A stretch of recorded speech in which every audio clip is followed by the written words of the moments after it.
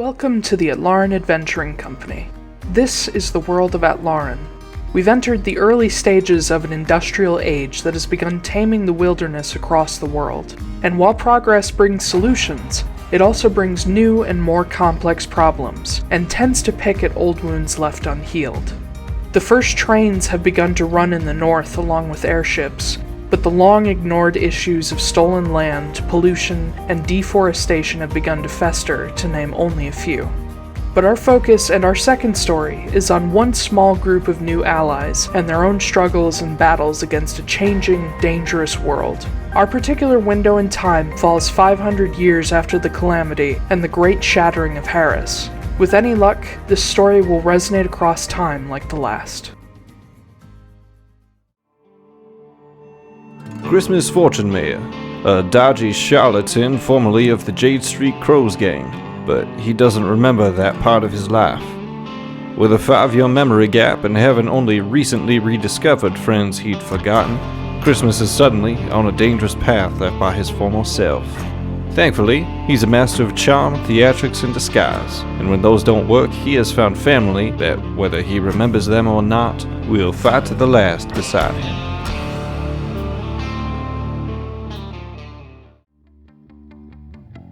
Magda Wrenly, a professional mercenary and member of the revered Taiylor clan of monster hunters.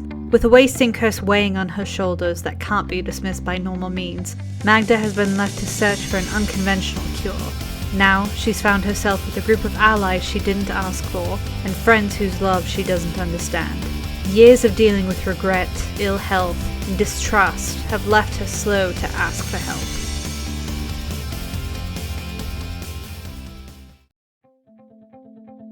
Noah Borago, a cheery alchemist from Reese's Ridge and son of a well-known engineer and apothecarist. Noah's upbringing was colorful, to say the least, leading to his expertise in potions and mechanical contraptions. He's out in the world to find new ideas and support the family business. But now, he's stumbled into a pile of issues that most rich kids from the suburbs just don't deal with. But in his own words, usually with a gun and a grin leveled at the current problem, "Don't you worry there, guy, everything's gonna be hunky-dory."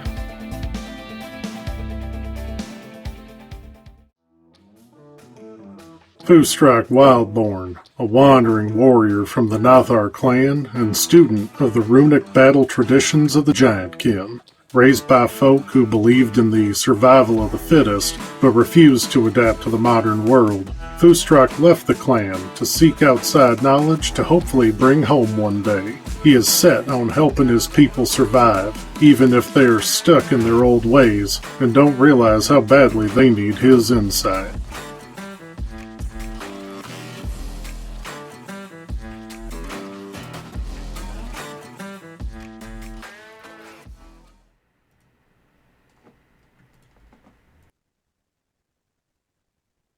Oh man, that was so peaceful for like the first time ever. Hello everybody, and welcome to the Atlaran Adventuring Company. I'm your Dungeon Master, Taiylor Wallace, and joining me, I got Astrid Knight. Hello. You can find me everywhere, basically at you can find me basically everywhere, because that qualifies some different Great things. start. You can find me basically everywhere at Astrid K. Writes, or on my website, astridknight.com. Boom! It's a book. I wrote it. It's pretty cool. It's about D&D. You like D&D. You're here. So, yeah, go get it. It's wherever you get books. Yeah, Corey, go get it. He's already read it. And he has like 20 copies here. We also have Blake Wolfe. Me. His new book. Yeah, I also write books. Oh, hey, look, The Quest for Camelot. I wrote that dumb piece of shit. It's hysterical. I also wrote Trans a representation. bunch of Wolfe romance books. So if you really like sword fighting and clean rims, these are the ones for you. Yeah, there's lots of stuff out there. So go, and there's more go check it out. There is. There's a lot of coming in the next book for sure. Wait, are we talking about the werewolf smut, or are we talking about the quest for Camelot? Yes. Yes. And More like the quest for... Never mind. No. Yes. That's the porn parody. We can just say that they found Camelot. I think the next one's coming out in like a couple of weeks. It's almost done. I'm like 5K short. Anyway, continue. Next. We also have Zack Gale. Hey, everybody. This is my Oh, book. God. That was so smooth. Just Is Alina Edited. standing there on the side with like a stick? Nope, this is my hand.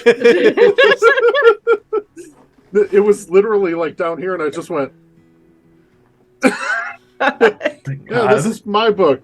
Some empty houses might really be haunted. It's full of spooky stuff and scary stories, and you can find it on Amazon and Barnes & Noble. Edited by Taiylor, because Taiylor is a good editor. Taiylor also edited my book. This isn't about This you. isn't about Ash. you. I was trying to make it about Taiylor, but all right, fuck me, I guess. it's not my turn yet. I love that you both just fucking attacked her. At the same time with the Aw. same fucking phrase. We really do have to be nicer to Ash. Yeah, Like, we we're very- do. We Look. dogpile her so much. Ash is playing the so healer easy. in the next campaign. Yeah, so you we better have to fucking be to nice. Ash You next better be campaign. respectful. Um, Anyway, yeah. Yeah, you can find me at Zachary G. Author pretty much anywhere. Well, except most places. Just Twitter and my website. I went down to my local Starbucks and I asked for Zachary G. Author, and they were confused. They didn't know what I was talking about. And they spelled it wrong. They spelled it Yeah. wrong. But we also have Zack Koop, our long-suffering stream master and #normal guy. Why, hello. A couple of fun life updates for me. One, I have curtains now. Look it. Instead of a weird abstract art piece Instead of a that's murder actually sheet. just a drop cloth that's hiding me from my neighbors. I have curtains now. Also, another life update. Yesterday, on the 17th of March, aka St. Patrick's Day, I turned 31 years old. So, Sláinte. It's an Irish. Anyway.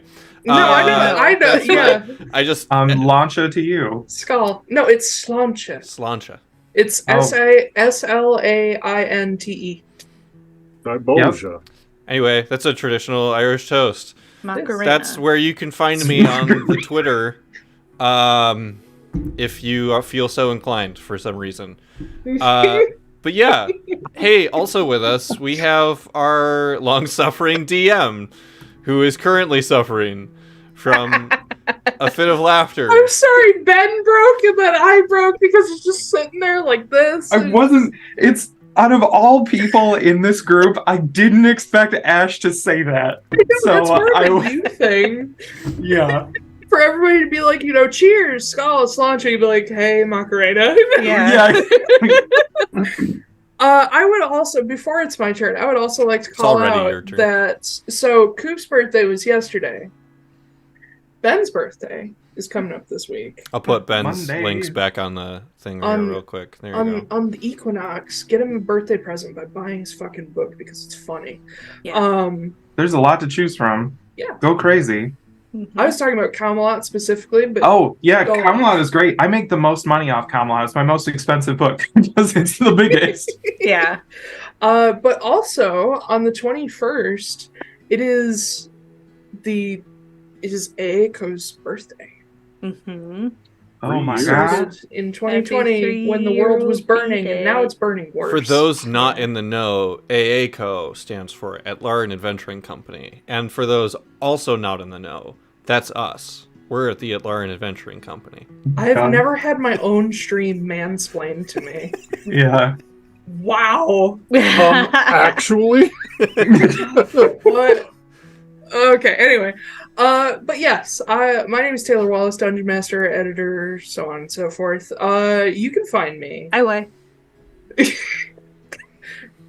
There, yeah. Yeah. Ash, it's not your turn! Can I get on Twitter and just claim the username IY? I don't would think you love can that. have a 2-letter username. I'll Just just do spell it out IY, phonetically. IY.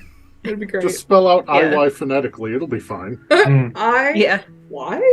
But yeah, you can find me at Taiylor Wallace. Make sure you misspell Taylor with the IY.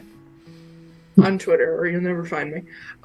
We also have a link tree, because we have a lot of links. It's a tree full of links. Indeed. They're very took sharp. IY spelled out. Shut up. What? Well, you can find all our links in our link tree, including a link to the first book of the Obsidian Saga, which is based on our first campaign. But anyway, shall we heckin' get started? IY. Look. So, Look. question. I have a question. You can take IY. No. So, is IY just the 2-letter version of to be or not to be? That is the question. Oh my god, that is hysterical. IY? God. You can take IY. Look, I might actually go do that at some point. We'll Do see. it. We'll see. quickly. No. We don't have a stream full of people that are like, I need to snipe these names. They're gonna snipe it and they're gonna make you pay for it. You better go. It's fine. I like being Taiylor Wallace. But anyway. So last, my friends, was a social session. Yes, it was. But that's okay, because we got some shit done. We don't have I those brought my very knitting, often. so I'm ready for another social Knitting? session. It may be partially. I'm making a blanket, yo. Yo, I don't think that sentence has ever been uttered. That's what Making you a think. blanket, I've said that yo, at least a for you. handful of times. Yeah, except by you.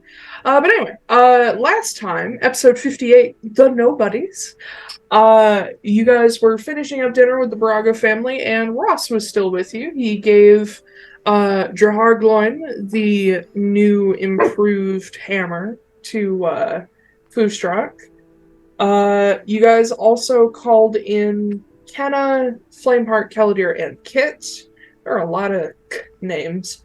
Whose fault is that? It's mine. It's mine. IY. Uh-huh. Stop. Stop it. Jasper and Foostrak had a fun little practice session where Jasper got turned into a missile, basically, which I'm excited to see how that plays out later. If. Kenna took Magda to Haven to fetch the core crystal. And that was an adventure where we got to see a bunch of places that we saw back in Campaign 1, like the Monomarig, the Sleeping Barrow, and all that other fun Sleeping shit. Bear Dunes. Yep. I want to go back to the... Mackinac Island. Mm-hmm. Stop it. I'm already homesick. Magda got a hold of the core and met Olgar Heidelin himself. Yep. And you got to have a little chat with him, and he was We're pals. surprisingly friendly. Yep. For now. Buddies. Kenna was deeply suspicious, but she headed back. Christmas summoned a simulacrum of himself, and also you guys finally freed Sinead. She's found Kit again, and she was freed. She at peace. She had peace. I was so proud of that. But yeah, guys had a hero's feast, revealed the Archfey thing about Christmas and Sala. Guys had some speeches that were way too sappy. Yeah. Found out what Sal's real plan is. Not yet. Magda went to Walter's room, took hold of the core barehanded, not with gloves this time. And the commentary needs to stop. I need to get through this. I didn't comment, it was a noise. So distracting. But you spoke to Olgar in a more extended conversation, and indeed, he revealed to you that Sob is trying to break the Demiweir to drain the world of Atlaran of all mana, and he has done it many times before. You basically gave him a condensed plan of what you guys are doing in Stjernegaard, and yeah. Yep, that's the gist of it. You were warned by Kenna, and then in turn warned Walter to make sure the core keeps out of Sob's hands. But then you headed to bed, curled up with Jasper because he was already asleep in your room, and you guys will awake on Rionel the 22nd, 502 E1AC. You guys are all staying in what I have come to refer to as Christmas's hidden garden inside the Borago residence. So, what are we doing today, folks? The commentary can start again. Oh. Why? Stop it. Indeed. Who's doing what? I'm just getting everything prepared around like the breakfast table. I assume we're up very early so that we get the benefits of Heroes Feast for a little bit longer. How long does Heroes Feast last? 24 hours. Oh, well. You guys have until evening, so it's going to be a while. Yeah, I figured we probably ate like late evening the night before because we want to make sure we had as much time as possible. Yep. Christmas is spending the morning emptying everything out of his bag of holding into his regular bags.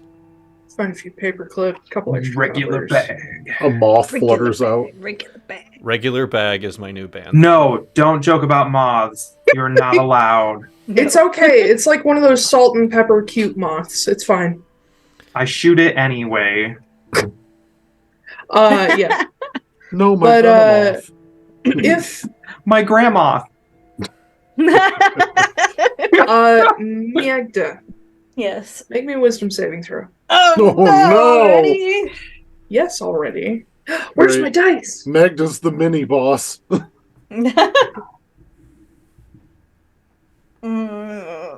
No, no. 12. Oh no. Everything's fine. Anything below a 16, there's no fucking way. I can roll my lucky, but I don't want to waste them. This doesn't You're about to seem be like taken it would over be by a the waste. core. Yeah. All right, fine. I'll do a lucky. Ah, shit. Oh, that was better. Fart. 18. Did you just say Art? Yeah. One of the That's been my thing lately. Is one just of the saying many fart. F words. Yeah. What are we Focaccia? saying today? Gotcha. Oh my god. I'm gonna make a character that literally every time they swear, it's just a different F word, but they never actually say fuck. Yeah. I'll just I like have a it. dictionary out in front of me and just go down the list. Fava bean. Yeah. Sorry, Foreskin. I thought I lost my dice. What'd you get, Ash? 18. 18. Mm-hmm. So when you wake up, you're still like curled up with Jasper. When I wake up, I know I'm gonna be the one who wakes up next my to brain you. is just on association mode right now. I apologize. Okay. Wake up still curled up with Jasper. But you realize that like you got like an arm draped over him. Mm-hmm. That was the hand you had the core crystal in. Oh no! It's not attached to you anymore. I'm looking around. Is it on the bed? Is it attached to Jasper? It's on the other side of the room against the wall. Okay, I've gotta go. I'm running over and I'm taking it up again. Okay, yeah, you snatch it up off the floor. If you remember, you fell asleep with your arm hanging off the bed.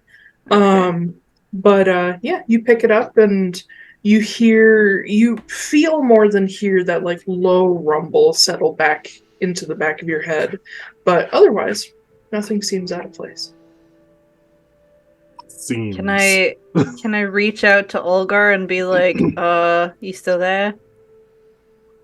You want to? Okay. Yeah. As you sort of go into the back of your head where this presence sits, the rumbling kind of quiets down, and he says, "What do you want?" I just dropped the thing and I didn't know I could drop the thing, so I just wondered what was going on with the thing, so. It happens. Cool. Nice and talkative today. All right. Olgar's sitting there with an ice pack on his head. Yeah, but Damn it, I didn't have to do the lucky. Damn it. it's just how I burn you out before we actually start the fight. Wasted it. Anyway, yeah, as you're like picking it up and you notice you can now move it from hand to hand freely. Oh, yeah, Ash, you can take that lucky back because Can you I? have advantage on wisdom saving throws because of Hero's You Feast. do. You do. Oh, hey. So yeah, you can have your lucky back. Nice. I hate Hero's Feast. I hate Kid already. Sorry. Here's But- Not sorry. great. You getting up and moving around stirs Jasper awake, and he like pops up and he's got like one eye half open. And you see his like little black mane that he always keeps like nicely like combed back is just sticking out in 4 directions. And he looks over at you messing with the core, and he like rubs his face and his eyes and is like, "Is everything okay? Yeah, it's all good. Are you sure? Mm-hmm. I never believe you when you say that." Well, stop asking then. Okay. Hmm. And he like gets up and starts doing his little morning routine. 700 push-ups. Kinda. Except I think today he's mostly doing stretches because he's like, no, I need to be like full energy for this shit. But eventually, the rest of you awake in your various rooms and whatever state you're in this morning. Doing it. Gathering for breakfast? Or... Yeah. I mean, probably. I'm sure Christine will want to feed us one last carb meal before we go. Gotta get your protein up, bud. Yeah. God. I will say that as you guys wake up, Christmas, you're always aware of when people, even people who are loud, like come and go from the hidden garden. And Gwen has been in, or not Gwen, wow. Christine. You're back! Christine has been in and out a couple times this morning. So when you all eventually get around and like walk out into the halls, you smell everything, like all food. All of it. food everywhere, all at once. Exactly. And there are the door to the dining hall is like thrown wide open, and occasionally Christine is like scurrying back out to the Borago house, and then coming back. And she is in like her workshop apron, but she's also got like oven mitts like tucked into her belt, and it looks like she's cooking and working at the same time. So, but as you guys start to file in, you see Chips is there, still getting used to his fresh leg. His flesh leg. His fresh leg. His fresh flesh leg. Yeah. Right.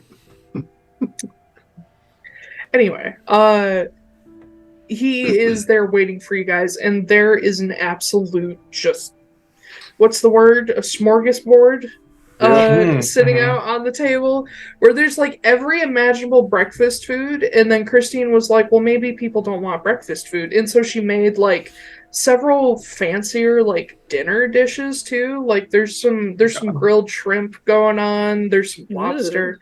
It is a port town after all, and she didn't conjure food inside the hidden garden, she brought food in.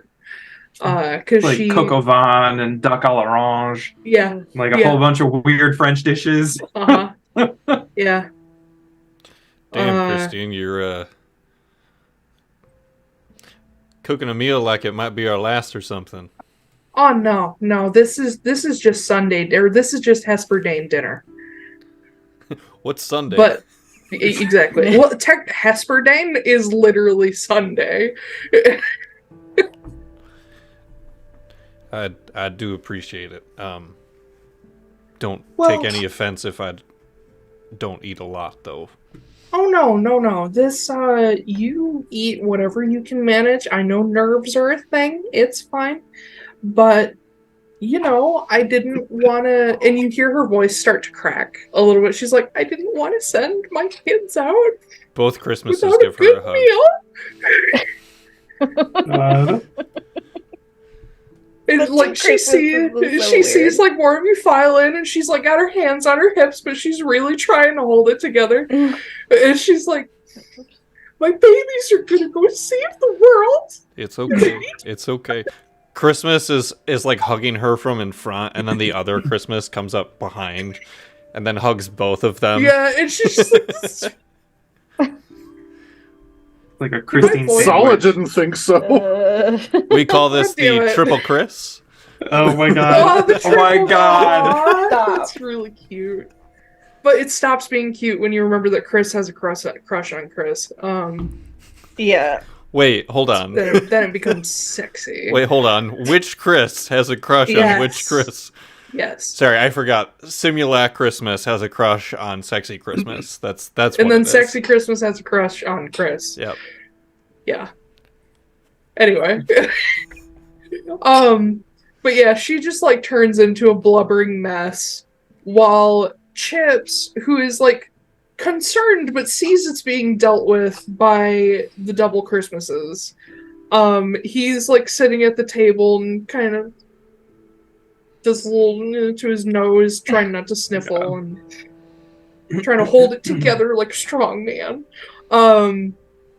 But as soon as Noah steps in, it all falls apart. Like, Chris and Chips are both just like, our boy! And they, like, come up to him and are, like, attached to both his legs. Yeah, I think Noah's just, like, standing there and he's just, like, waiting for it to be over because this happened on the first day of kindergarten, this happened on the first day of second grade, the first day of third grade, and so on and so forth. Like, it has just been every fucking day his entire life. Add it to the wiki, Noah skipped first grade. Only? Why? Because you didn't mention it. You went kindergarten and then second grade. Oh, did I? Yeah. Yeah, okay. But yeah, it is very similar to literally every time you've hit any milestone in your life. Mm-hmm. But probably most similar to the time you left home for the first time. Yeah.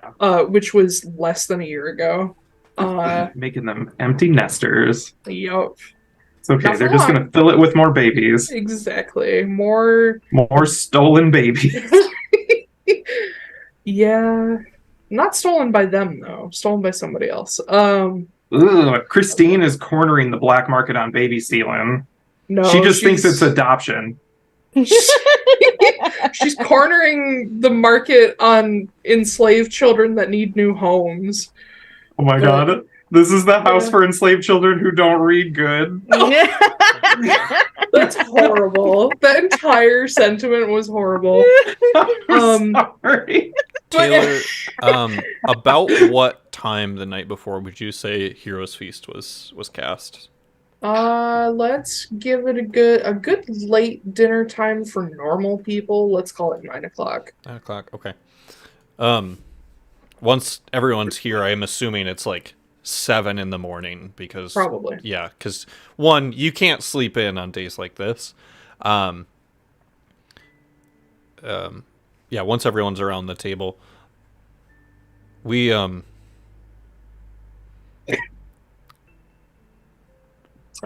o'clock. That's when we're going. I want to get as much out of the feast Kit gave us as we can, and I've got to time some stuff out. So 8 o'clock, eat what you can, and then we're going. Okay, just as an FYI, everybody, and I'm gonna hold up the core with my hands. You all will notice, most of you have a passive perception high enough to notice that Magda's eyes are silver. Yeah. I talked with good buddy in here last night. He believes that Sov's motivation for all of this is to rid the entire world of magic. So, do with that what you will. Would Kit know about that? Know about what? Would him and Kenna have come up with an idea of what Sov's plan was, or would they be theorizing? That would have been a potential theory-ish. Like, the closest Kit and Kenna got to figuring out what Sov was up to was the idea that he was trying to tap into the Monomarig, which is a font of magic in itself. Okay. Well, that kind of checks out.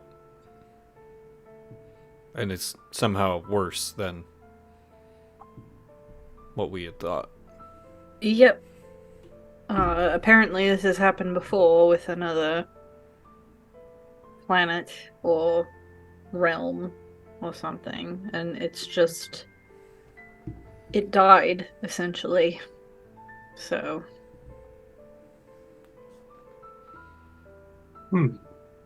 yeah. So he doesn't want to rule it, but he definitely wants to destroy it. So... Walter will speak up, because you mentioned this to him before. And he'll say, as I understand it, it is... what he wants to do would make Atlaran mundane. Everyone and everything in it. So it's not necessarily the end of the world, but it is the end of people like me, like Christmas, like every caster, every magical item, and potentially the end of realms like the Feywild that are connected to Atlaran.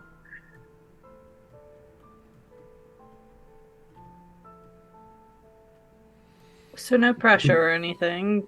No, not at all.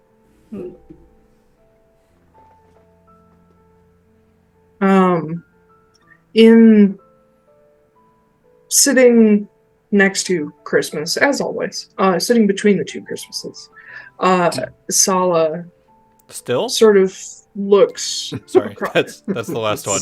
I'm done. Stop it. They're gross jokes. I'm asexual. Shut up. That was a Eugene Liang moment right there. I'm right. You're wrong. Shut up. I'm asexual. You're gross. Shut up. Yeah. That's gonna be my new catchphrase. Yeah. Anyway, Sala, who has barely touched her food at all, she sort of casts her gaze over the whole table, and hold on, I need to check something.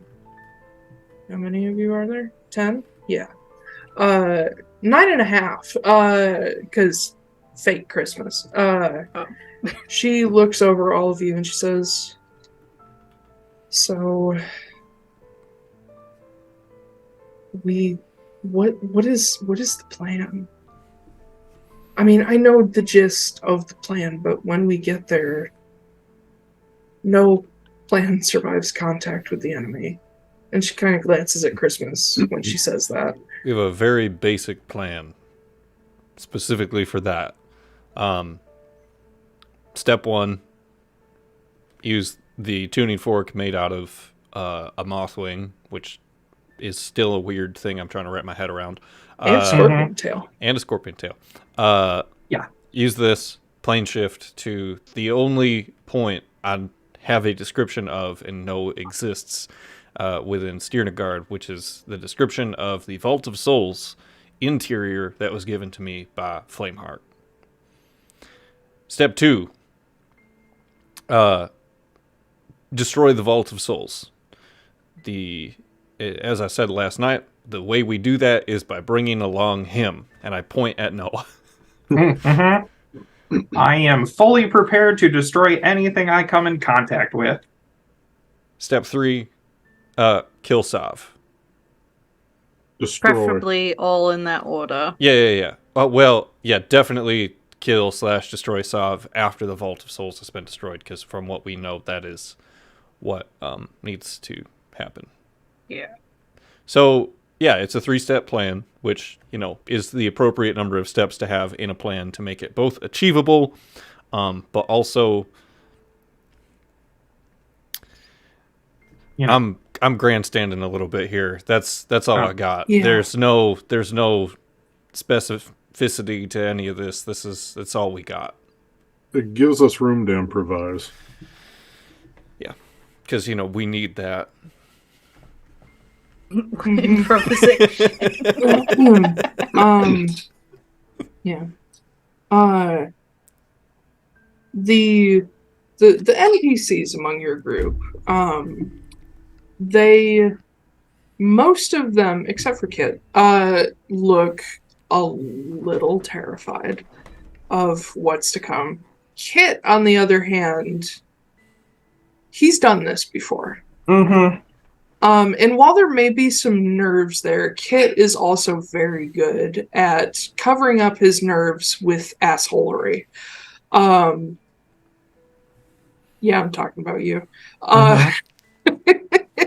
You stared directly into the camera. I'm like, yes. But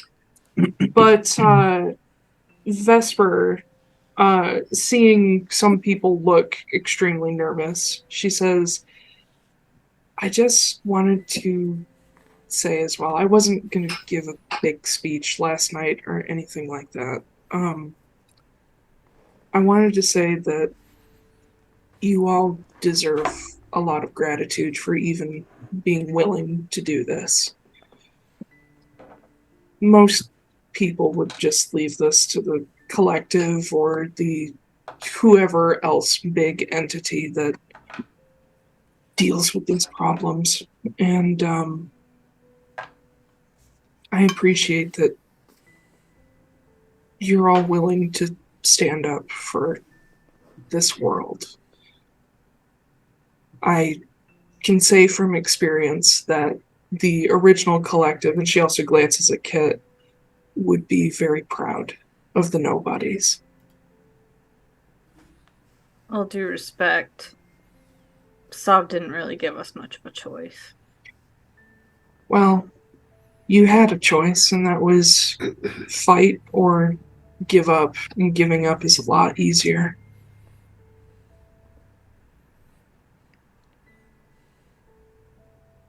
Sav's whole thing has been taking his time and being very measured, and in the end, he always wants us to feel like we don't have a choice. That's how Tristan felt. Like he never had a say in his life, but we do. We always have, and this group has chosen to do the right thing, and we'll continue to do that.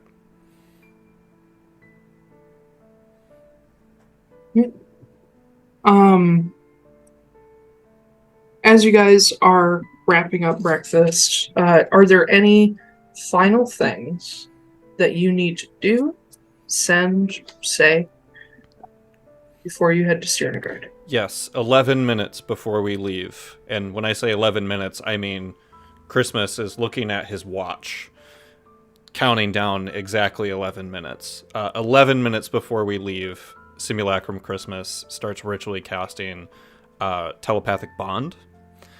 He is leaving out Jasper because he knows that Jasper also knows this spell. And you also know he's the DM PC. Yes. But also I can't get everyone. I know. Yeah, he's leaving out Jasper, but getting all right. Specifically both Christmases are going to be part of Rary's telepathic bond too. How many people can telepathic bond cover? Let me start over. 21 minutes before we leave, he starts casting Rary's telepathic bond. I gotta get this right. How many people does that cover? Me plus 8. Okay, just making sure. Yep. What's the other thing you're doing? Where are we congregating to plan shift? Here. Oh, in the dining room? You have 21 minutes. Well, you have 20 minutes, so, get your shit. Hurry up. Okay. Well, I will just say, like, while we're getting ready and everything like that, Magda is going to go over to Foostrak and be like, you ready for this? I mean, no, but I'm more worried about you, if I'm honest. I'm more worried about you.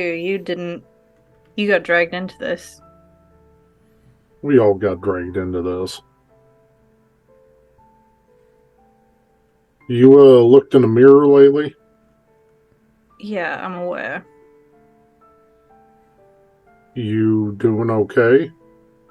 Yeah, he's fine. He's just annoying. I know, but seeing that this morning made me worry that maybe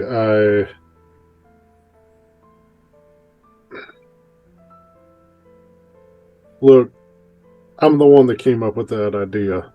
I'm the one that suggested it. If this goes bad, it's on me. You didn't have to do it, but you wouldn't have even been given the choice if I hadn't suggested it. So, yeah, I'm worried about you. But... Magda, make a wisdom saving throw. Oh my god! Fuck you! Stop. 17. You have advantage. You do have advantage. Oh, okay. Heroes feast. It's 17. Okay.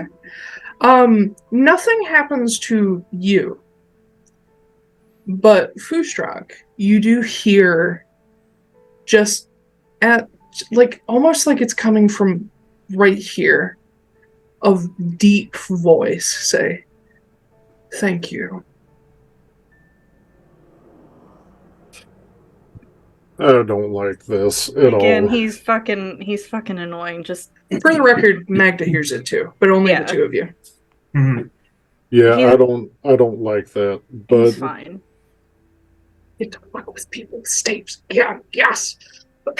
Sorry. Foostrak, you don't have to feel guilty, because the thing about it is you gave me the choice. I don't feel guilty. Feeling guilty happens if something goes wrong. Right now, I'm just worried.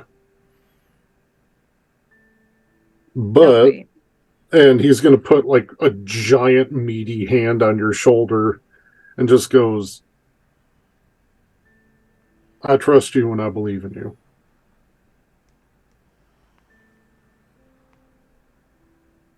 If I don't come back, tell her I'm glad it was her that I died for.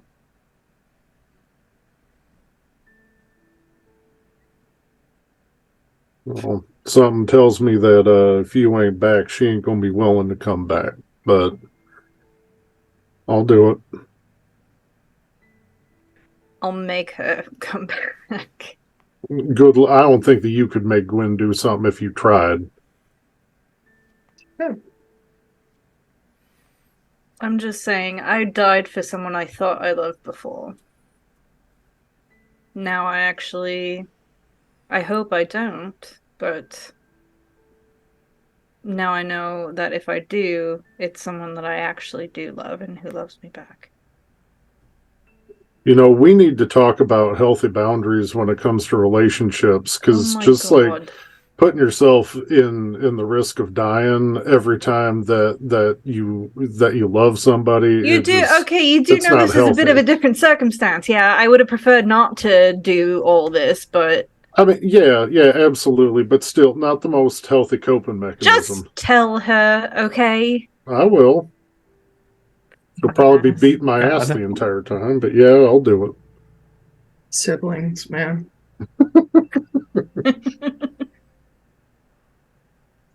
Oh, also, before we go, I will also say, just as an FYI to everybody, I'm going to say, just as an FYI, those of you who cast spells, try and stick as close to me as possible. Because this thing can amplify spells. So, if you're within a certain proximity, like say 15 feet, then Thank you How for specific? specifying. That was Yes. that was gonna be my follow-up question. Uh-huh. Was what's close? 15 feet or so, you know. Okay, cool. Question. Hmm. How much does Magda share about the core staff? Or do you want to keep it to yourself? That's about it, Cool. I think I'll say. 15 Yeah. minutes, I like- folks. I like surprises. Everybody on board the Shit Show Express. Mm-hmm. Do be aware, Ash, Mm-hmm. on the list of things that the staff does, just remember shared sentiment. I don't understand what the practical thing about that is. It's more of a role play thing, Yeah. but just be aware of it. You don't have to go hard. Just be aware. Yeah. Take it as like a director giving you notes on your performance. Okay. But anyway, I Yes. take back what I said. It's actually 5 minutes. I need everyone here within those 5 minutes so that we can actually get everyone within the telepathic bond. And then you'll have an additional 10 minutes to go do whatever it is you need and then be back. So there's kind of like a pre-roll call thing. So So I imagine during this time, those who need to put on like armor, get items ready, make sure you guys have your magic items that you need to be attuned to, especially Ash, because the core requires attunement. Do I have an attunement slot? Hold on. No, you don't. Frick. So trade any magical items around that you need to right now. And hold on to your heckin' butts. Yeah, The if anybody, shield. Oh, sorry. The shield that I have, still works as a functional shield if it's not attuned, right? Yes, it does. Okay, I'll just unattune that then. A couple of you have Okay. magic items that still do things even without attunement, so... does anyone have any like spare items they're not using, magic items? I have a rapier of life stealing and a shroud of the That's before the hermit. stream. What does the shroud do? It Does it just turn you into does somebody? like a disguise self Yeah. thing at It's- random. It Yeah, makes you completely look like random. a ratty old hermit. Yeah. Okay, that I don't really need that, so no, it's fine. Because I'm such a high level artificer, I can attune to 5 items, damn. and I only have 4. But yes, I think... I mean, the NPCs are out of my hands except for Jasper, so you guys do what you want with them. But I will say that at this point, any actions, spells, battle, whatever, for the NPCs are on you guys. You can... I imagine Ben's probably going to take over a lot of roleplay for Kit too, but the rest of you don't have to do that if you don't want to. I will cover those. But yes, as you guys are in like the final minute and everybody's ready, got their stuff on, gathering around Christmas.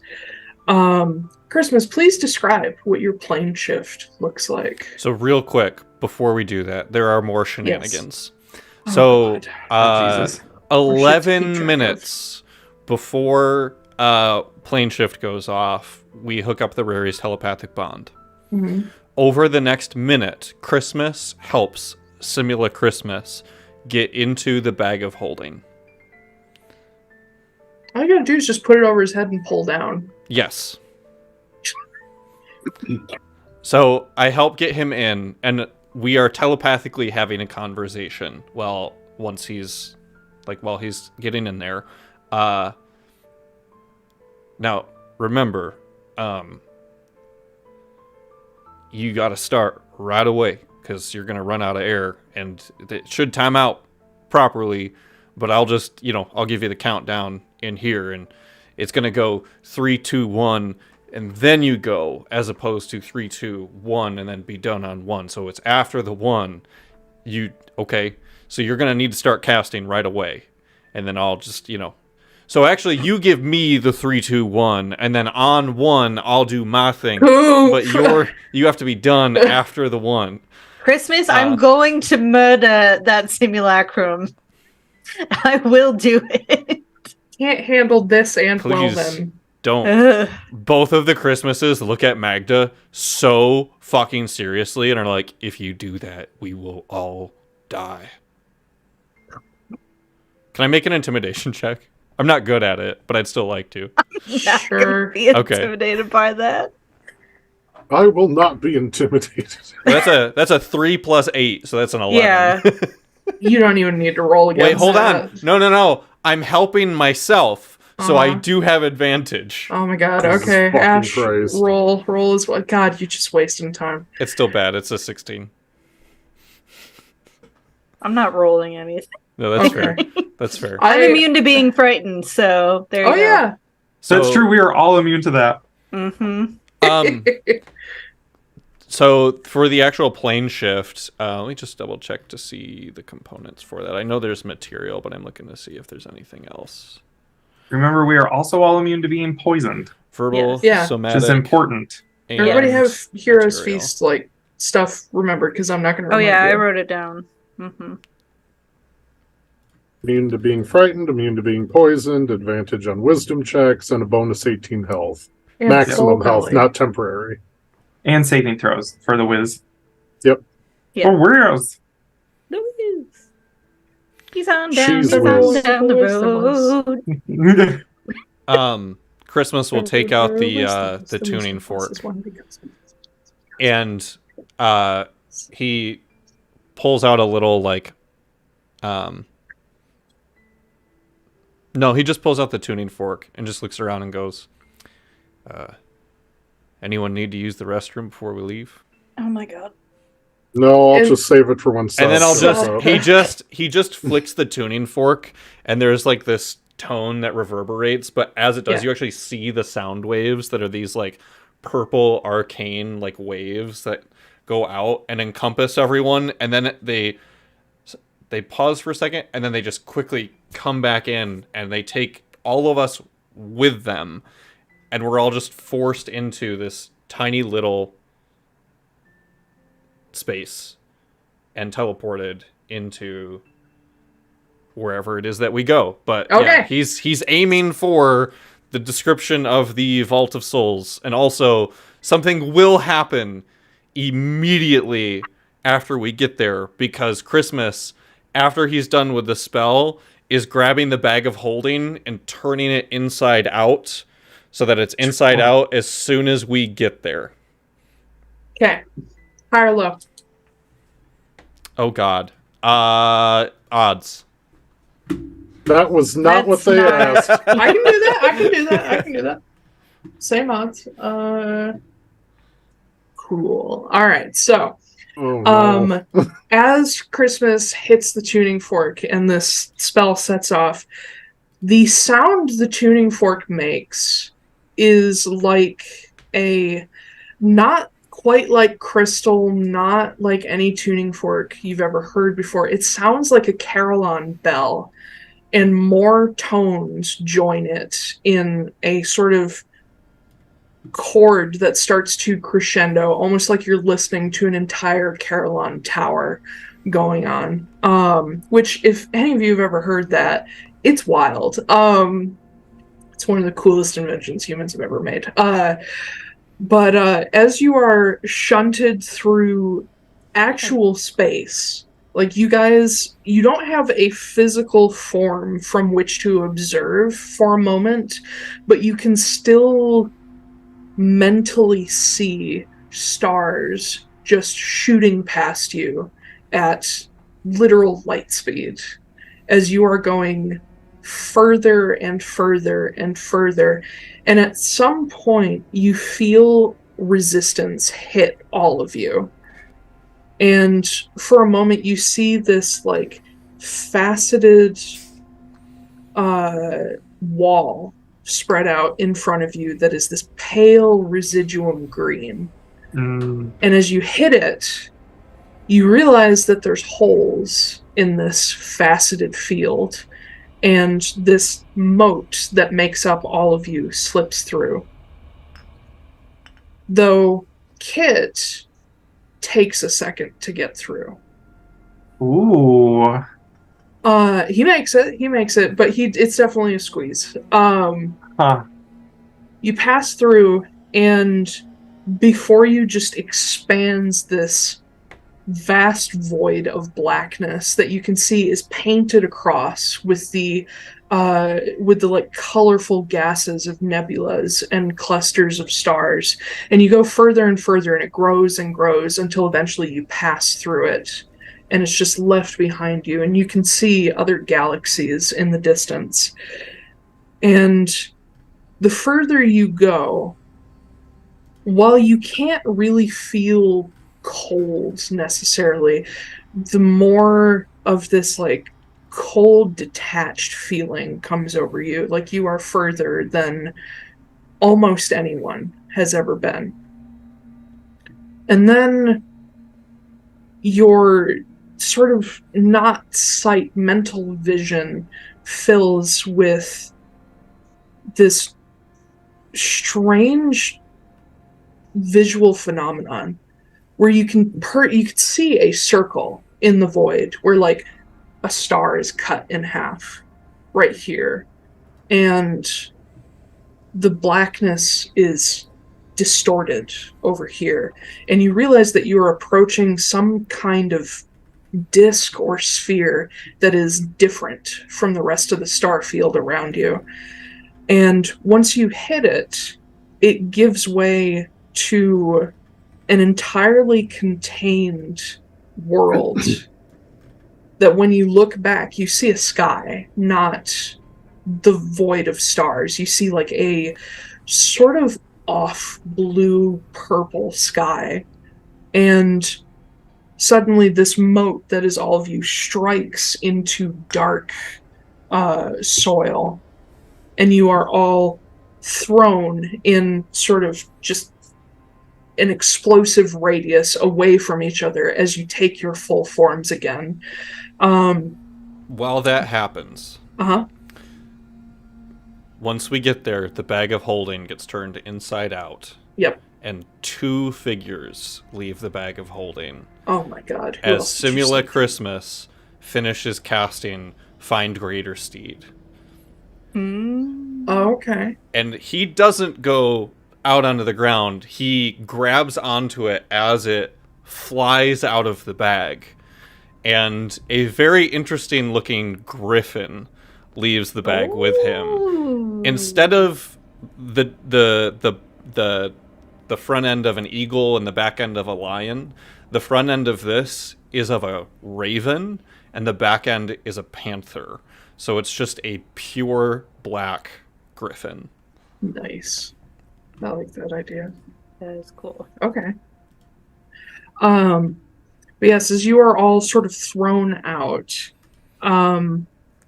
you pick yourselves up, and some of you, like, having landed a bit weird, you, like, pick your hands up and see this almost like it doesn't cut into your skin because it's not sharp enough, but the soil is like this grainy black glass that's been like worn smooth, and you realize it's obsidian. It's like obsidian sand, and everything around you is a little reflective and sparkly, and you notice there's this faint purple hue to the ground, and it turns blue and then a little green and then yellow, and then it goes further and further out through just this slow gradient of rainbow until it hits the horizon, where the horizon on all sides of you is red. And you are not at the Vault of Souls. Yeah, I didn't think we would be. You are standing in the middle of an obsidian valley. Everything around you is just black. If you'll allow it, there was part of my plan on the way here that I forgot because I am playing 3 characters. Yes. Sala would have ritually started casting a spell 10 minutes and 59 seconds before the plane shift went off as well. And Sawa finishes ritually casting Tiny Hut. Oh, okay. So you pop in, and there's just immediately there's a hut in front of us. I figure we would want to have an impenetrable little fortress no matter what when we got there. So that goes off too. Is there anything else anybody did before this happened? Walter cast mage armor on himself. Okay. Yeah, there was one thing I forgot to do, but it can happen now too, so it doesn't really matter. I mean, there's nothing happening at this very moment, so go ahead. So, one of the things, as soon as Kit, gets up from the ground and kind of dusts himself off, all these obsidian shards, who I'm sure are, sticking into everything, he kind of looks at Christmas and he's like, great fucking landing. And I'm glad I didn't put this on beforehand, and he reaches into his bag and pulls out a jade circlet and sits it on top of his head. Did you get hurt? Do you see the amount of glass stuck in my body? Anything but your pride hurt. The glass in my skin. I'll take that as a no. And then the other thing is Noah, once he gets up, he takes out a tiny silver whistle and he blows it and casts Borago's Faithful Hound. Oh, okay. I love that you rename everything after yourself. Yeah, of course. As you should. And nothing happens that you guys can see. But over the telepathic bond, he tells everybody that the password is what was the name of that thing? The molasses log. Molasses log is the password. Lovely. Yeah, I don't remember what Rose Nyland calls it. So basically for everybody's thing is if any creature comes within 30 feet of us without first speaking the password, the hound will start to bark. The hound sees invisible creatures, the ethereal plane, and ignores illusions. Holy shit. Yeah. It's called a maple syrup, honey, brown sugar, molasses, rice crispy log. I'm not. Let's go with just molasses log. Yeah.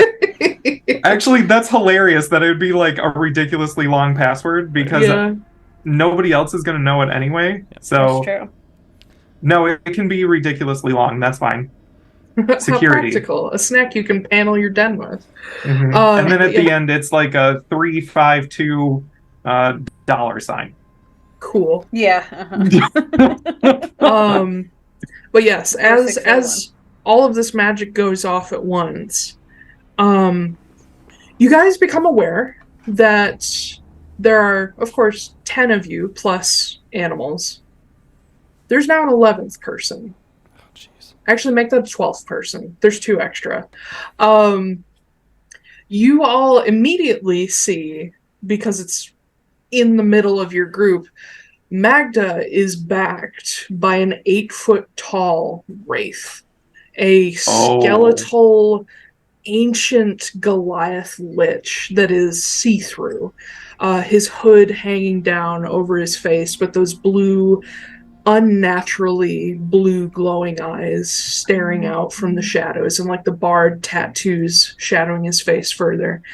It's Oh My Goddess, but worse. And Magda, you can feel this gigantic, almost skeletal hand resting on your shoulder as he's not exerting any weight on you because he's almost incorporeal, but he's sort of using you as a crutch to pull himself up to his full height.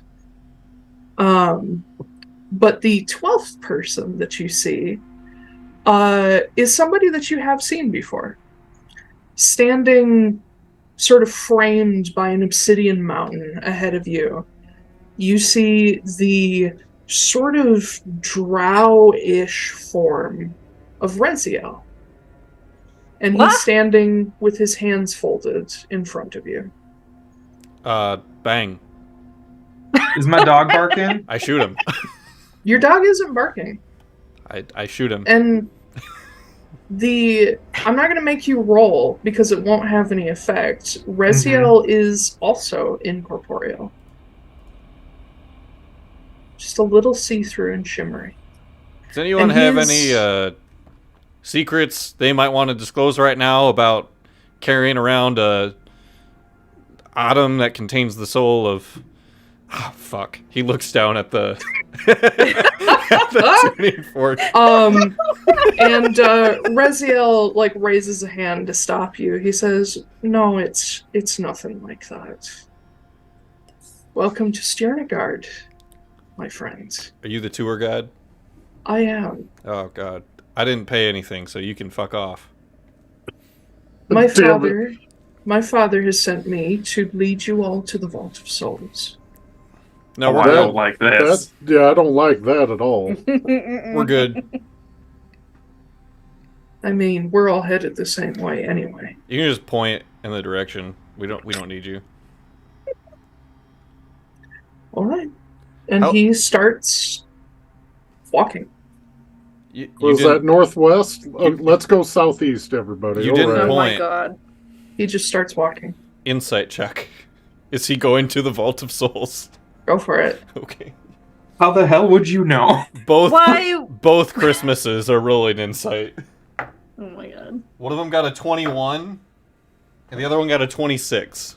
He got a natural 20. You have no idea. God damn it. But you can see he clearly knows where he's going. Yeah. I think Kit is going to look everybody and just be like, this is probably not going to end well. Let's follow him, because where the hell else are we going to go? So here's the thing, though. He's either taking us to the vault or taking us to Sav. And it could be that he says that he's taking us to the vault, and if we go the other way, it takes us to Sav, because Sav knows that we won't trust him. I look at Olgar. And so it's tricking us, but then he might know that we know that. I look at Olgar and I'm like, do you know anything about this? And Olgar, who is just sitting there rolling his eyes at this point, he says, this is a show. Yeah, I figured. I feel like Kit walks up to Foostrak and just like puts his whole hand over his mouth and is like, no.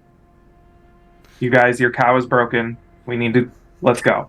Just stop. Okay. While we do that, Reziel has stopped. Like, he's looking back to see if you guys will follow. We will accept the tour. What I'm going to start referring to as upstairs Christmas now, because he's riding on the back of a griffin that's flying around.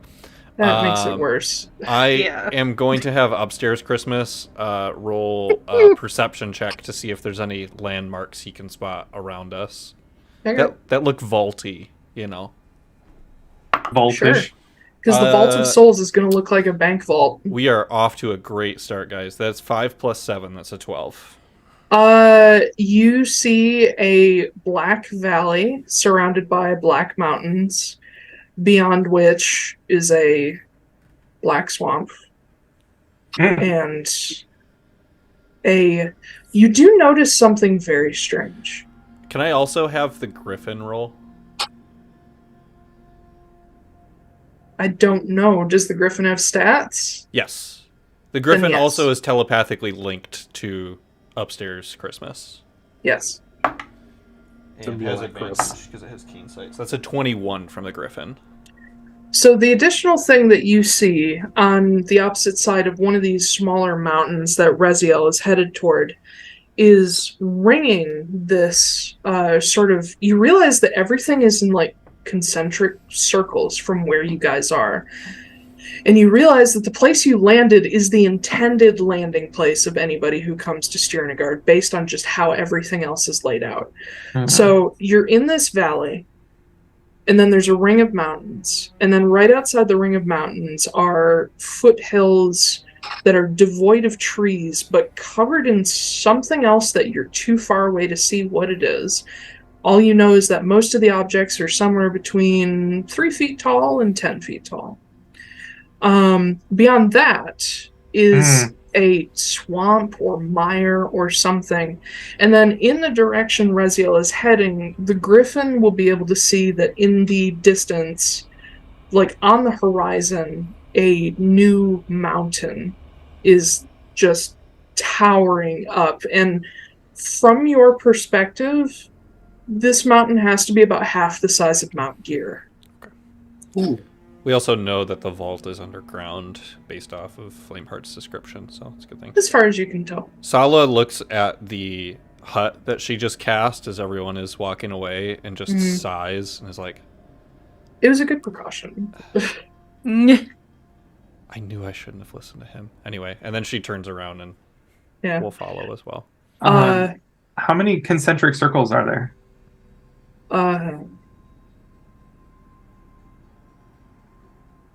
4. There's 4. Okay. It'd be Noah's mountains, gonna foothills, swamp, plains. As we're walking, Noah is gonna reach down and like grab a few shards of the obsidian off the ground and just like take a look at it to see if he can see anything interesting about it. First of all, make me an investigation check. Okay. 25. The first thing, as I've mentioned, the ground here has a faint purple hue to it. Mm-hmm. And as you look at the individual shards, they're not purplish at all. It seems to be either a visual effect or maybe a trick of the eye on the land itself, that these rings of gradient, the gradient of color extends out to the horizon. And you will start to notice as you guys move that the gradient follows you. You are always in purple. The soil is sort of this like rough obsidian sand. The grains are a bit bigger than typical sand that you might be used to. But otherwise, it doesn't seem terribly interesting. Okay. Until you notice there's flecks of metals in, not everywhere, but just like in the occasional shard, there's like a piece of cobalt or there's a little bit of gold. It's like a No Man's Sky planet. Interesting. I understood that reference. What did you say your investigation check was? 25. You know what this is. What is it? You know, this is Stjernegaard. Sorry, I forgot my DC was 25. This is Stjernegaard. A word that literally means place of stars. You are looking at star material in your hands. Oh, it's Stardust. This is destroyed stars for as far as the eye can see. The mountains, pieces of destroyed stars. You're literally in a graveyard, a cosmic graveyard. Interesting. He is known as the Blighted Star. Mm-hmm. Huh. Okay. I'm gonna keep that to myself. But does this material seem like it has any magical properties, or does it, because it's him, does it seem like extra devoid of magic? There is no life, magic, anything here. There are no plants. There's no water. There's nothing. It is dead. A literal burnt husk of many stars. As we're walking, I'm going to take out a small bag, because I've got nothing to lose at this point. Mm-hmm. And I'm going to fill it up with, let's say, like... because this is mostly obsidian and, like, silica, right? It's pure obsidian, and then little flecks of metals. Okay. I'm going to fill up that bag with, let's say, about 10 pounds of it or something. That's a lot. Yeah, I know. I'm just going to keep taking handfuls and, like, going as we're going. Save it for later. Good mentality. Yep. No, because we are getting out of here. There's a very real possibility that this could make something very interesting. So, Okay. something very thirsty. Okay. I like it. Uh-huh. Yeah. But anyway, Sorry. Also, while I'm walking, I'm going to slowly run my rapier across my palm and cast my Crimson Rite on it. how long does this last? I think it's until I dismiss it. Hold on. Da, da, da, da, da, da, da. You can activate any right on a weapon can only Until you hold finish one a short or active long rest. Yeah. Okay, cool. You can do that. But yes, Reziel will lead the way if you guys let him, with Olgar drifting behind Magda at all times. His lower half just fades into nothing, so it's not like he's actually walking. How does Kit feel about that? About Reziel? No, about Olgar being there. I feel like the whole time he's probably just like keeps kind of looking at him. But like waiting for him to do something similar to what he did Mm-hmm. last time, which was like come to Alarka's aid. So he's keeping an eye on it. It is extremely reminiscent of the battle with Kyla, where Olgar was sort of looming over her. That's kind of what's happening with Magda. But he doesn't seem to be doing much. Can Kit do some sort of like check to see if he thinks that Olgar is capable of interacting with us? Make an insight check. Or an arcana check. Oh, I have advantage on insight, so let's go with that one. Ooh, okay. Even better. 25. From your experience, not just with Olgar, but with a lot of things that you've dealt with over 300 years. Oh yeah. He could do some serious damage to you guys if he wanted to. Okay. He may look incorporeal, but you know that he is basically a wraith, which means he kind of straddles the line between the ethereal and the physical, which makes him harder to hurt. Gotcha. Over the telepathic bond, Kit is going to reach out to Magda and just be like, stay on your guard. Can Olgar hear you? I think probably. Yeah, that's why I was like, he probably can just hear me. But Olgar, can you hear me? I'm gonna say in my head, like out to him. And you see a little smirk. Okay. Can you read? yes. No, just talking to Olgar. Oh. Can I read? Yes. Can you read? Which language? Are you capable? Which language? I don't know. Yes. Okay. You know so little about me, Kit. I thought we knew each other better. No, it's because I hate you. I forget it on purpose. You're tacky and I hate you. Yeah, exactly. Yeah. I will just say to Magda then, be like, well, since he can hear us anyway, he already knows what's going on. That thing behind you is very capable. Yeah, I'm aware. I'm not stupid. Okay. Well, And just so you know, Little if he man. takes over you, I will eat you.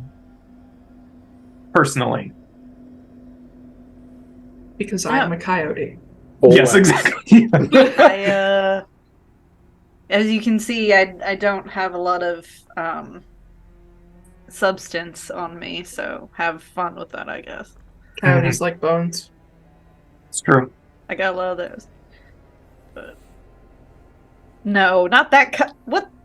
This coyote loves bones. Yeah. All kinds. Uh-huh. Okay. I have certain kinds of bones that I don't like, so I don't have. Yeah. is what she proclaimed.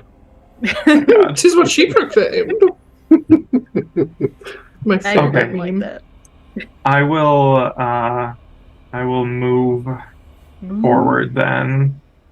Yeah. As you guys follow Reziel, at first you're like, God, this guy's taking his time. Like, he is just strolling. Can I make an insight check on him? Like, does this really look like it's Reziel, or is it just like a projection that like that Sav created to be kind of like make an Arcana check, Miss Magical Secrets. I mean, because of Noah's good boy, we know that it's not necessarily an illusion, but that's a 25. This is, for all intents and purposes, kind of a ghost. But knowing what you know about how gods and demigods work, this is basically a ghost of a ghost. This is an avatar of a dead lesser god. He has no substance to him. Literally, it's just like an illusion that you can see. God, like every guy on Grindr. Yep. Anyway, as you guys follow, you start to become aware that despite how slowly he's just ambling along, an effect is taking place that reminds you of the Feywild, where you are traveling faster than you physically are. Like, time is passing faster than it should be. And you sort of forget a little bit part of the journey as you guys make this kind of grueling climb up the side of a mountain and to the other side. You don't remember most of it. But as you come down the other side and you start to approach the foothills, you start to see what those strange objects are that the Griffin and Simulacrusmus saw. You enter a field of statues and effigies there's just thousands of them. But as you go through, you get the idea that maybe some of these were placed here specially for you, because you recognize some faces. Mm-hmm. I love when you get a chance to torture us, because I can see the joy in your face when you're doing it. I love being a sadist in D&D. Do these give off any magic at all? Do you have detect magic up at all times, right? All times, yep. Some of them, the whole statues and effigies, yes. The broken ones, only some of them, and only minorly. What school of magic? Let me double check. Necromancy. No. Enchantment. Okay. Don't like that. You don't like anything. Anything Not that comes about out of this. my mouth when I'm your enemy, nobody likes it. Where are we? Oh yeah, as Reziel guides you through this maze of statues and effigies, you do see some of them are like cleaved in half, some of them are shattered, some of them are perfectly whole. And Reziel, not unlike a tour guide, kind of smirks to himself and he says, "Welcome to Dukadalan, the Valley of Dolls." And you pass by a shattered statue of Hirsum. And then you see one that towers over a group of these ugly, disfigured giants. This creature that, imagine the Balrog. Just the full-ass Balrog, but with one eye. I know who that is. Taiylor. Mm-hmm. Most of those statues are whole. And Christmas, you find yourself, like, your foot hits another statue and you look down and you see the cleaved in half torso of Tristan Kepler. And you see Magda and Jasper and Walter all broken. Mm-hmm. And you see familiar faces from the Cult of the Eternal, some broken, some whole. You see Glacier Watch rebels that, like, you have seen before. You see a lot of faces that you recognize, just odd people that have shown up along your fight against Sav. People that you have fought or who have fought for him.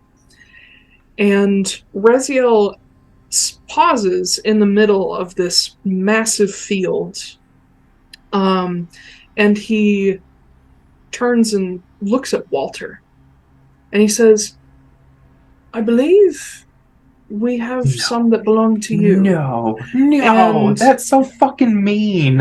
I And mean, yeah. off to the side, of course, there is the shattered statue of Walter, but you see a man and a woman that none of you know that are close together. And you see... He had pictures of Amelia up in his house. I'm not talking about Amelia. That's not who it Okay. is. I haven't gotten there yet. Okay. A man and a woman together, sort of not holding each other, not holding hands or anything, kind of back to back. And you see Walter get a little paler than he already is. Remember, Walter, we And- ate really well last night, so you can't be scared.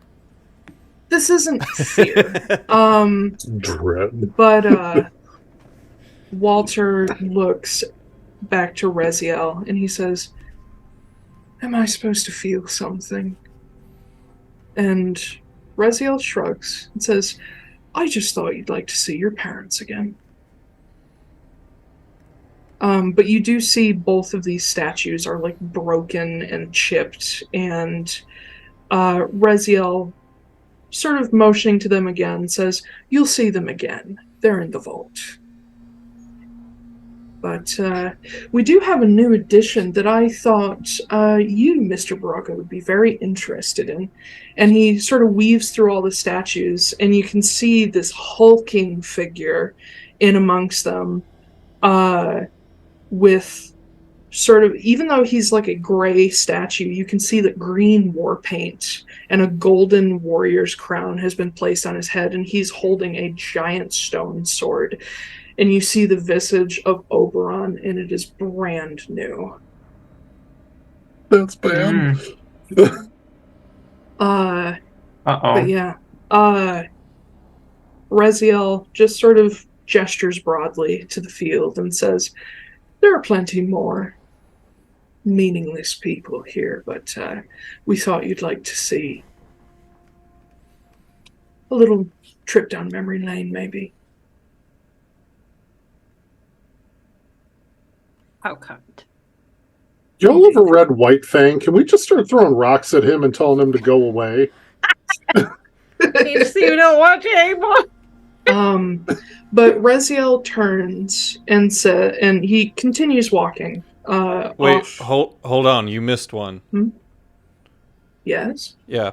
Christmas casts minor illusion to create a statue of Reziel with a bullet in between his eyes. And he turns and he says, I don't need a statue here. I'm here all the time. This is my home. Now it is. What little of you is left? For now. And he just continues walking, and he says, Duke Hadalan is a long-standing passion project of mine. Just a hall of memories, if you will. More like Ways- Dookie Dollin, am I right? Oh my god, I wanted to make the joke so bad! Boo! Don't make fun of Norwegian. I'm not. Come I'm on. making fun of Reziel. But he continues on. And you guys begin to not pick up speed, but move through time quicker until you reach the edge of this field. And where the ground starts to give way to a dry marsh. Like, you can see the landforms here are indicative of, like, wetlands, but there is no water. And you can see the, like, strands of obsidian that look like grass, but dead, are standing here and there, like marsh grasses. And a horrible, rotten scent fills your noses. You can almost taste it. But Reziel stops right at the edge of the Valley of Dolls. And he turns and faces you all and says, I'll hand you off to my sister. Good luck.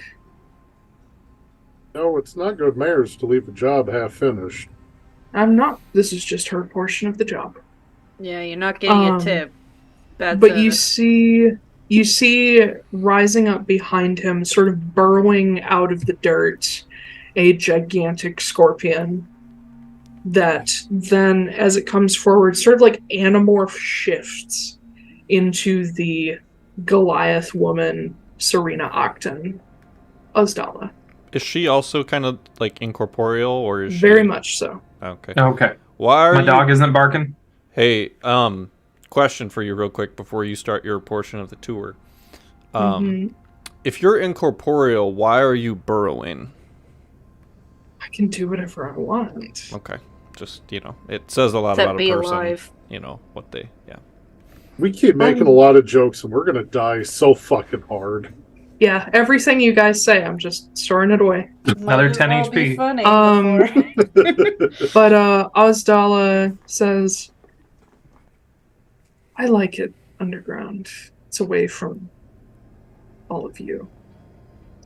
But I suppose Dad wants this done. And she turns and begins walking without saying anything else to you. And you, like Olgar said, this is a show. This is meant to hurt you guys as much as it can until you get to Sav. And as you step through this dry marsh, you see it looks like almost a battlefield of just rotting bodies everywhere. And you see almost imperceptible phantoms just drifting along, many of them staying near specific bodies. And the first one you recognize is a Vixu. A young-looking Vixu, black fur, who has just been ravaged. Like, somebody grabbed them by the ribs and split their sternum apart. And just everything is exposed from the throat down to the pelvis. And this is Desiree Zephyr. And as you pass by them, Ozdala says, this is Rotamir. It's my little locker of failures. And she sort of casts her gaze around, and you spot another familiar face. Marceline Nyland. Rotting, impaled on a sharp shard of obsidian. A phantom hovering around the body. And you can see, like, the phantom itself is torn up, what little you can see of it, and just looks devastated as it stares down at this body. You recognize people that you blew up on the train in Amnoblin. Gamblers who are just in pieces. You recognize more Glacier Watch, rebels. You recognize more cult members, more Fomorians. And then one catches your eye that, up to you guys, maybe not so much an enemy. You see Orson Parrish, also impaled on a spike of obsidian. A phantom hovering around his rotten body, his entire lower jaw missing. His long black hair, partially pulled out and scraggly, all his clothes rotted away. And you notice Ozdala kind of kicks that one as she walks by it.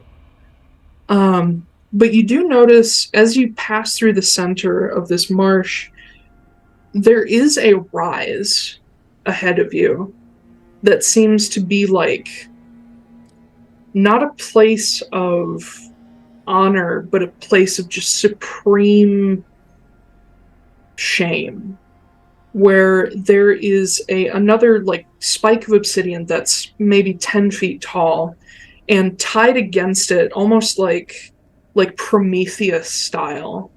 He's the one who gave fire to the mortals, right? Yep. Yeah. Almost like Prometheus style, with his limbs tied out and like his chest split open and gutted.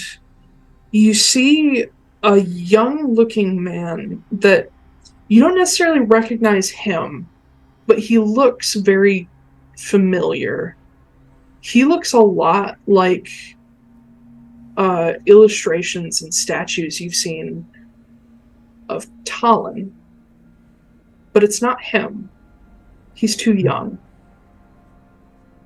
And Ozdala passes by this body that you notice there's no phantom hovering around it. And she sort of taps the spike of obsidian as she goes by. She says, I imagine that Mr. Dine, and she looks back at Walter, says, you'll end up here. Tristan too, someday. Maybe the Jasper. Maybe Magda. In fact, I'm pretty sure Magda. If we don't destroy you first. But, this is what your future looks like. Just so you know.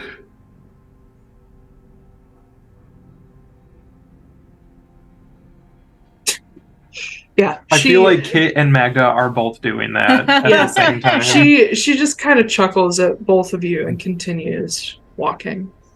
And the marsh gives way to plains.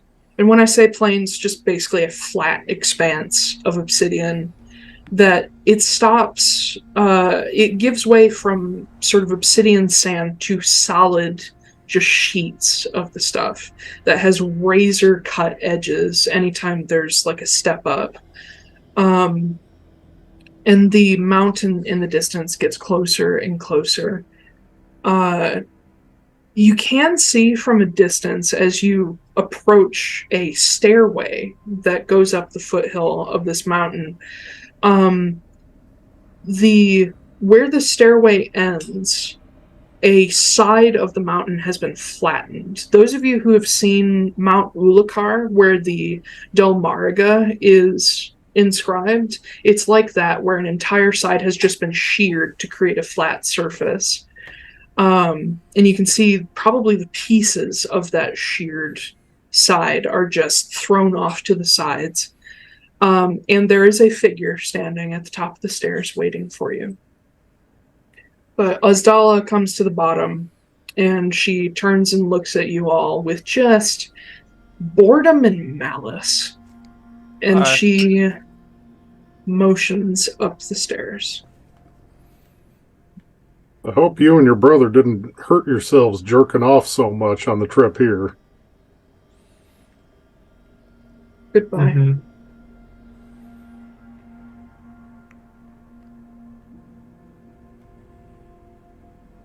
Going up the stairs? Yeah, I guess so. Yeah. Cool. No, I turn around and I leave. No. It's honestly not a bad idea. Goes back to the hut. Yeah. It's gone. Sala left it. Yeah, you guys start to ascend these stairs, and you already know the figure waiting for you is Sav. Mm-hmm. His silhouette is almost exactly like Reziel's, but a bit taller. And you can see as you're approaching, he's doing something.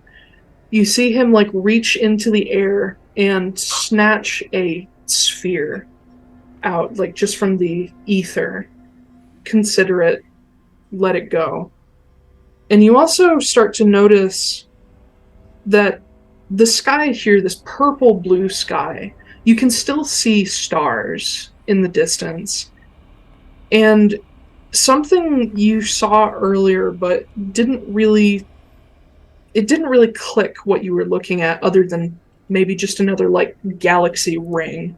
You can see this darker portion of the sky that seems to be full of stars and slightly moving. But as you get closer to the mountain, you realize that this ring it's not in the sky. It ends at the mountain. The sort of cloudy colored end of this ring and these little glimmering lights are funneling into the top of this mountain and pushing through the rock. And it's not clear what it is, except that every time Sav reaches up and plucks something out of the ether, you see a little glimmering star-like object disappear from the stream. And as you're getting close to him, he has his back to you all. And he seems to just be like, it's almost like he's doing clerical work. He's just like studying these little things, letting some of them go and pushing some of them into the flattened side of this mountain. But when you get close enough, he stops and he turns, still holding one of these little spheres, and you see several sets of like rings of metal start to form around the sphere and create this beautiful stained glass work that is supported by metal rings. And he looks at you all and he says, "Welcome, friends." Does he still look like Lorcan? No. He looks like him. He looks like him. You have seen him once before, but I will toss you his picture. I don't know if I still have it. Let me grab it off Euroforge. No, he appears drow-ish, but the shade of his skin is not any elf you have ever seen. Not even the bluest of moon elves are this color. Let's see. Sav, where are you? There you are. Sorry, I forgot to grab this thing. I was so busy preparing other things that I forgot.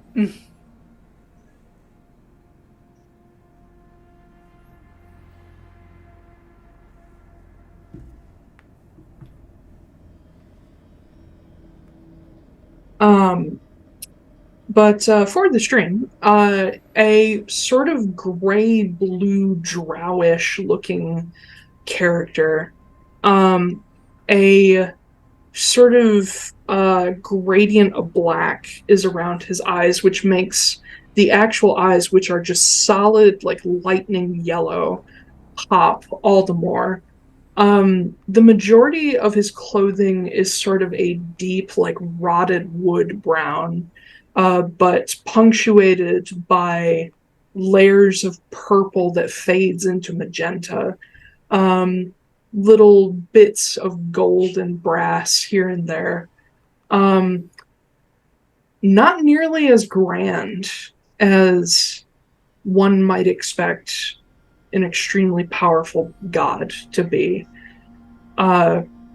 But as he's holding this sphere, which indeed looks like the spheres he's holding in this picture, he sort of considers all of you and he says, "There are more of you than I thought. Is this the full Nobodies crew?" 4+. Well, I'm glad more of you can make it than expected. And he twists his wrist and the sphere just disappears. And he turns and motions toward the flat side of the mountain. He says, "Would you like to come in?" Yes, I certainly would love to come in. Thank you for inviting us over to your home. Well, you don't need to be sarcastic, Mr. Fortunemær. Then what the fuck are you doing?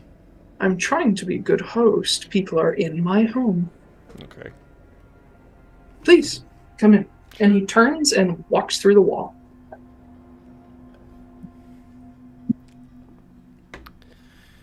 I feel like that's going to hurt if we try and do it. I'll walk through the wall. Okay. Yeah, you step up to it, and do you like push a hand through first, or you just walk face first through? A hand would naturally be the first thing that hits. All right. As you touch it, there is originally the like cold resistance of stone, and then it gives way and goes through your fingers like sand, like soft, powdery sand. And it turns it turns colder as you push through, but not uncomfortably so. And you just phase through.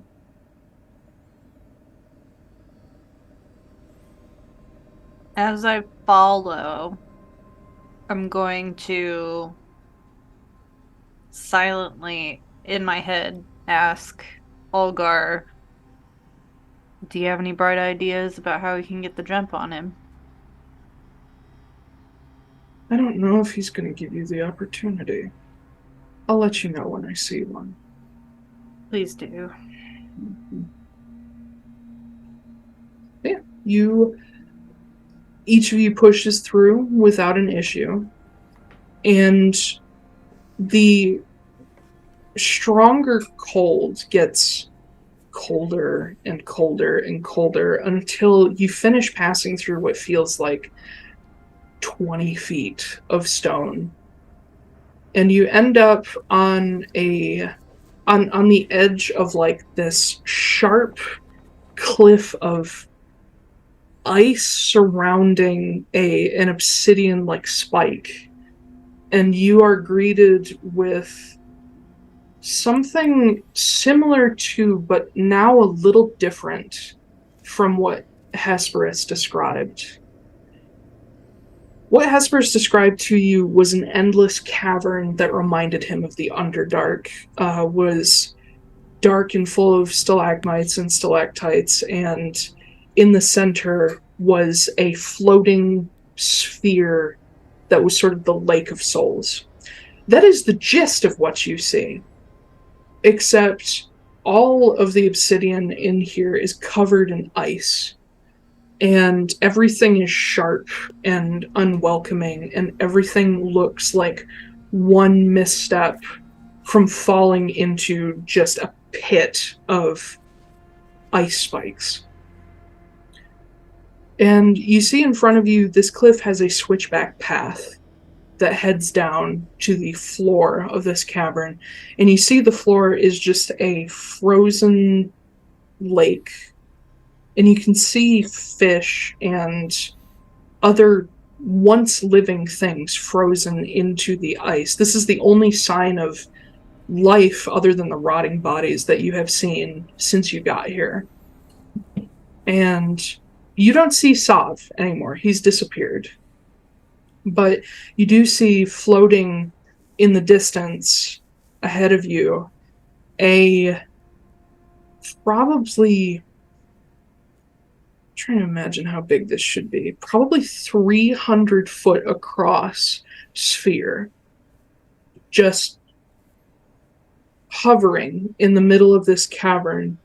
And you can see, at first it looks like white ink moving through water, just rotating, and then you start to make out the figures, the faces, the souls just rotating and milling around endlessly. I have a real quick question to break our immersion.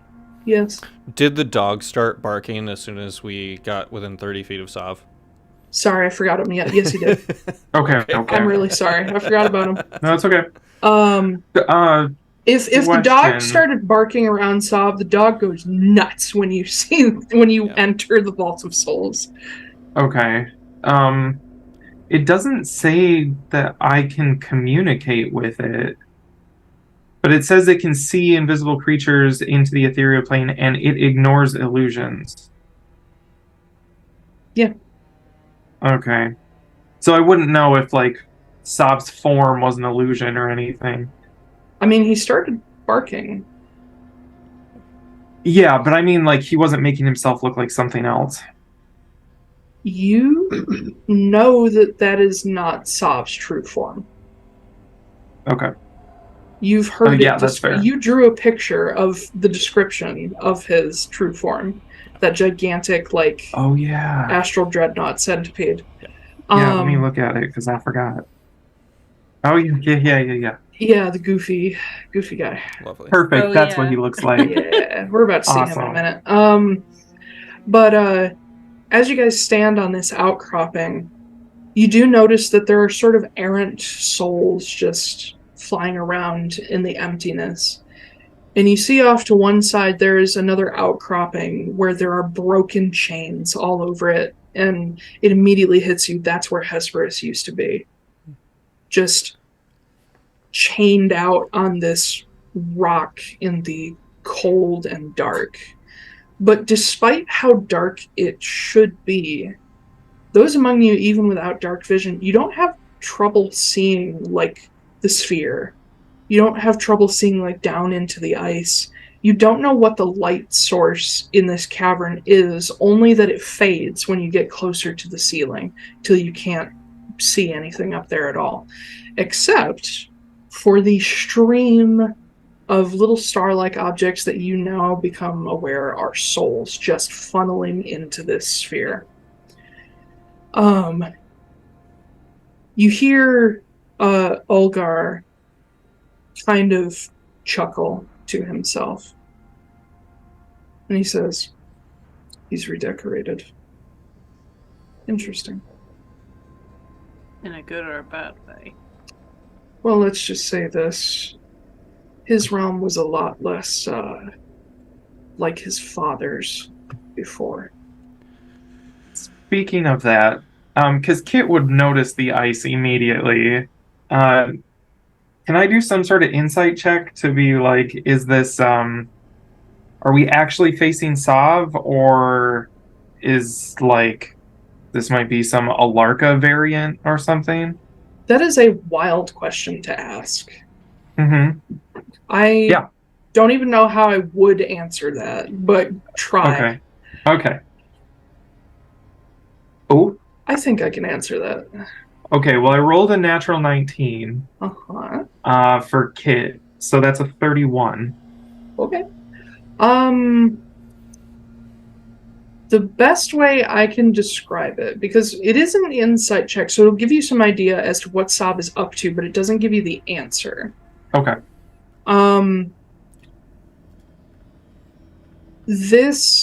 You recognize this ice is like permafrost levels of ice, which is a very Ilarka thing.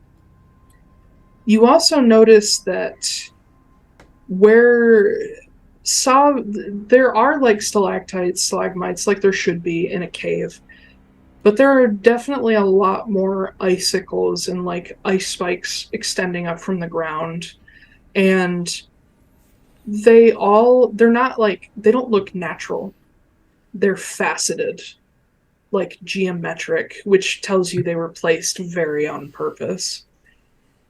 The best Kit would be able to gather is that Ilarka is influencing the vault somehow, but not the rest of Stjernegaard. Can he, having thought that, can he look at the Lake of Souls and see, or even around the cavern, and see if he can find Ilarka? Because he knows what he looks like. Make me an investigation check. Investigation. Oh, God, that's a terrible one for Kit. You guys are scary, so I called him my dad. 16. Soph hates his dad. 16...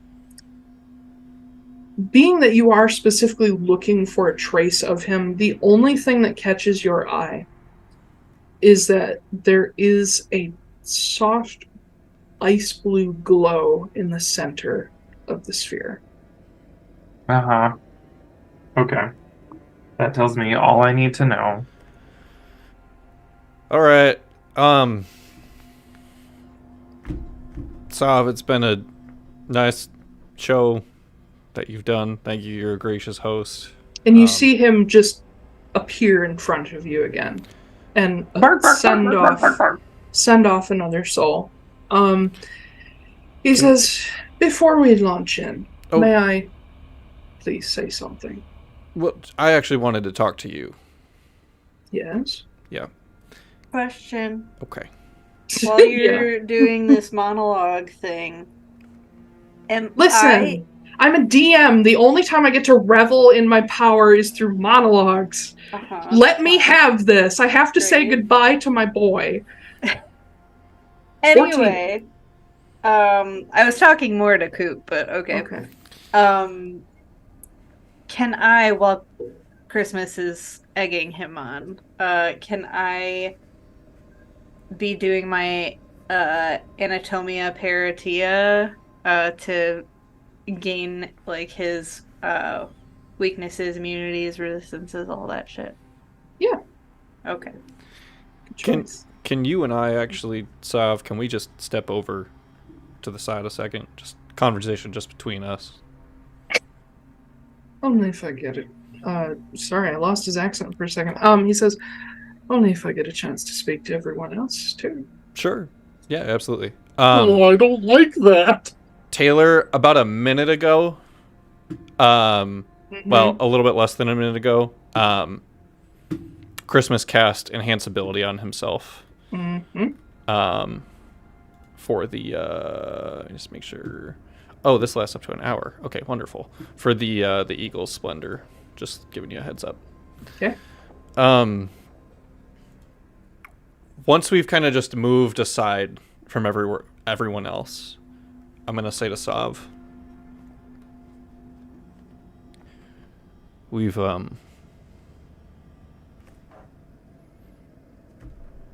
killed your kids. We made it here. I would go so far as to wager. I'm also saying this quietly, trying to make it so no one else hears me. I would go so far as to wager that in the number of times that you've done this whole rid the worlds of magic thing. Oh, you heard about that, did you? Yeah. But I would go so far as to wager that no one's made it as far as we have. Would I be correct in my assumption? You would not. No? Interesting.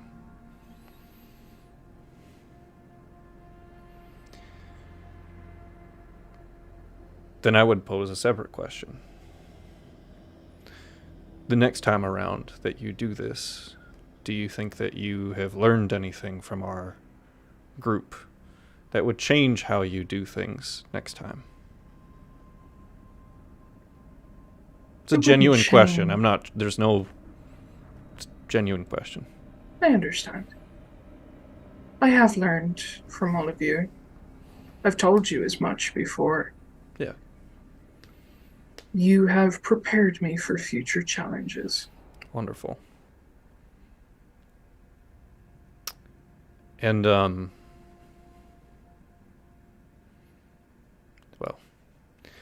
I'm sure you've realized at this point that my ambition has taken me pretty far. I have. And, well done, by the way. Thank you. Genuinely. I genuinely, I appreciate that. Now, why couldn't we have been this civil from the start? Well, I'm a believer in new beginnings, so... So am I. I'm curious what you would think. The idea of other worlds has always sort of piqued my interest. It's quite something, isn't it? It really is. And to think that there would be powerful magic in other places, too. Even, for just a fleeting time. What if you could keep learning from me? What if I could be there next time to make sure that a group like this doesn't show up again? I'm sorry, Mr. Fortunemær, are you suggesting helping me? I am. Why?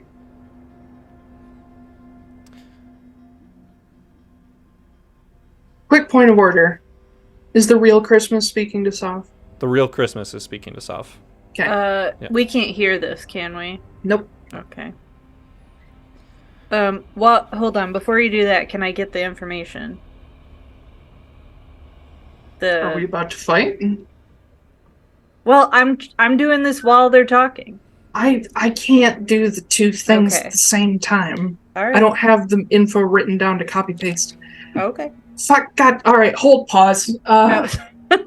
No, it's fine. No, It's I have not to your do multiple turn, things. Ash. It's because of the chat. It's my fault. I was looking for something and I can't find it. I don't blame you. It's just there's some shit that people need.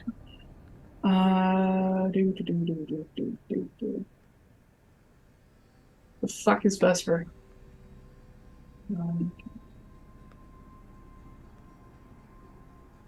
Oh, you come down here and you fart right next to me, dog? It's not very nice. Old stream, sorry. It's not very plus ultra of you. Yeah, I see I the told stream. I see the chat. I see where people's brains are going. So just hang tight. Yeah, no, as soon as I saw what you were doing, I was like, oh, I need to know that. I can't add it to Vesper's sheet, but I can. I believe it should be on Walter's. I have it saved. Hold on. Okay. Is it Yeah, on if you Walters? I can just didn't drop see it in the chat, then.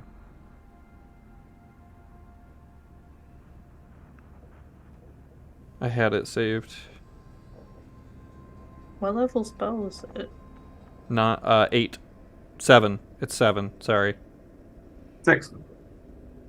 5, 4, 3. No.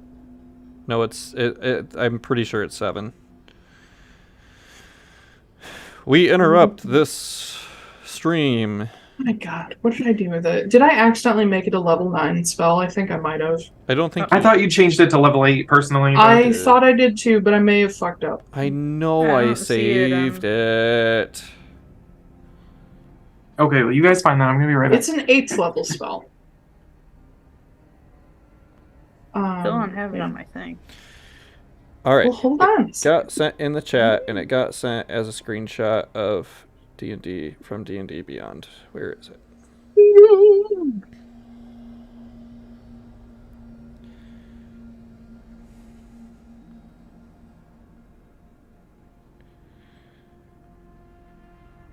Apparently, Walter's subclass won't let him have access to it, but it is there. You should have access to it. Vesper, Walter, Christmas. I don't think Noah has access. I think Kit does. Where the fuck did it go? I don't know.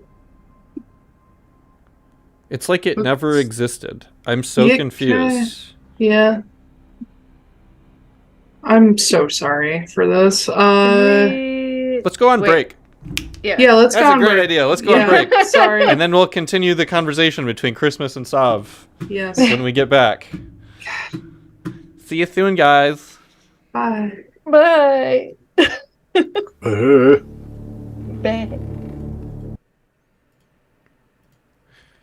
We're back to finish the job. Okay, so first of all, everybody except Ben, because Ben's apparently fine. Everybody take a deep breath. Yeah, no, I'm good. Let's not get snappy with each other. Let's not get angry. No,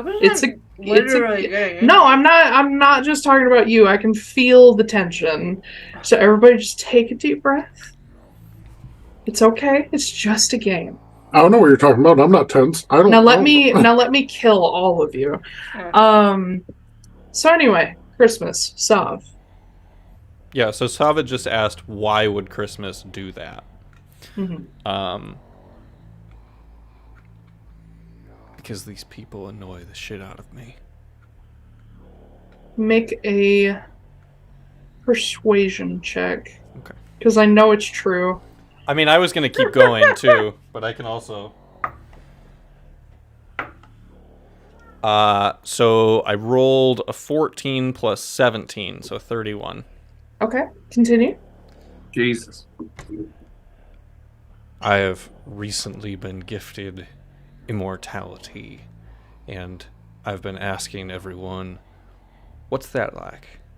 You know, the people that I know that have it, and from my understanding, eventually there's some form of boredom or regret that sinks in, and I cannot stand the thought of my life becoming stale and boring, and I definitely don't want to spend an eternity surrounded by people like this.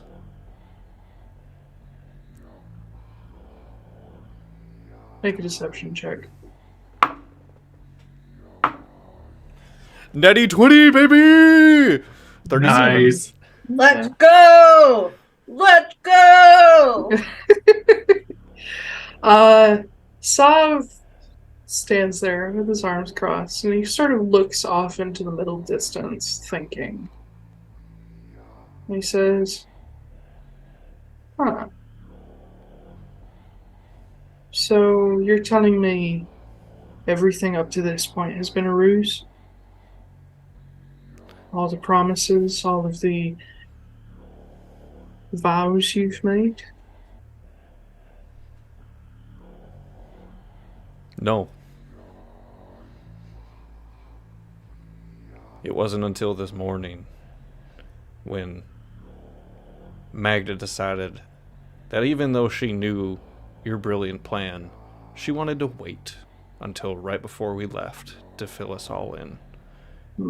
And that pissed me off. And does draining worlds of magic interest you? He's just gonna turn and look at the rest of the group. Be like, not as much as just getting rid of people like this. And then I'm just gonna slap not Lorcan. I'm just gonna slap Sav on the back and cast Bind Shape Changer. I need you to make an attack roll to touch him. Okay. I know we harp on me being a rules lawyer, but this goes too far. Just kidding. Lucky? Uh-huh. Okay. So 17 plus... I mean, if it was just a melee attack, it would be plus 5. So it would be a... Are you proficient in unarmed fighting? I'm a bard, no. This is an unarmed attack, basically. Okay. So, I mean, if we're adding my proficiency and my You're not. dexterity... Okay. So it'd be plus 5. I'll burn a Blessing of the Bave to make it 25. Okay. 1 second. I think this is not. Taiylor, if this doesn't hit, I'm ending the stream. I'm following Coop, the rules. you said a 17 plus 5 and then Blessing of the Babe for plus 5. Plus 3, so it's 25 total. Okay. Yep. You said plus 5, and I was like, that's not math. I will call Jeremy Crawford and be like, Jeremy, do you need to make an attack roll to hit someone with a spell that has a range of touch? Because most spells a creature that is unwilling to be touched, yes. That is a Matt Mercer thing. I would argue that they specifically put in spells that if you need to make a melee attack roll against the creature to hit it, they list it in the This is a homebrew spell, and I am not an expert. Shut up. Well, maybe you should thought about that. I've never heard it where like you've had to make an unarmed attack roll and then whatever. 25. 25. 8th level hold spell. On. I have something 25. to say. I'm basing this off of how I've seen other DMs do it. Okay. So that's how it's going to be. Okay. 25. Everybody take a fucking deep breath. Alright, so as a wisdom save? Oh, I'm sorry. Do I touch him? You did. Okay. Yeah, it's a wisdom saving throw. Wisdom saving throw. It's going to be a 30. Okay. Perfect. So as a reaction, this Christmas casts Silvery Barbs. He needs to roll again. Natural 20. As a reaction, the other Christmas casts Silvery Barbs. 29. He has very high wisdom. Doesn't someone have a thing that lets him do this at disadvantage? I could have Someone sworn. sure does. I don't know. Just bear with me. Wait, I'm wait, pretty wait, sure wait, I wait. have something. Hold on. Let me look at Walter's shit. So it's not me. Walter's thing makes it so that he can't use his legendary resistance.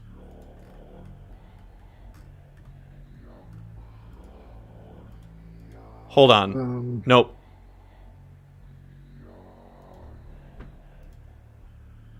I mean, I can use my Storm Rune, but it takes a bonus action and then a reaction. Fuck, that's what it was. I don't think Walter has anything. Um, Or wait. Walter's thing is he gets rid of the legendary resistance.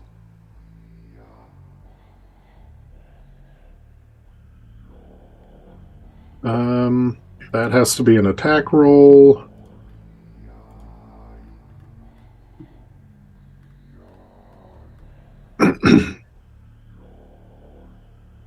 I don't think I have anything. Wonderful. Sala is going to use her use of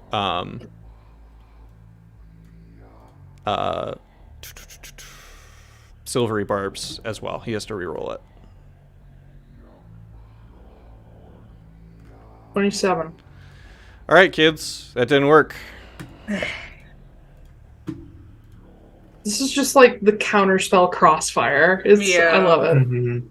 Just burned so many spells out of you guys. I'm so happy. I mean, first level spells. I know, but every little helps. All right. I also am going to make it so that so there was three different. Wait, hold on. I might have just fucked myself. Hold on. It's not what most people call that, but God.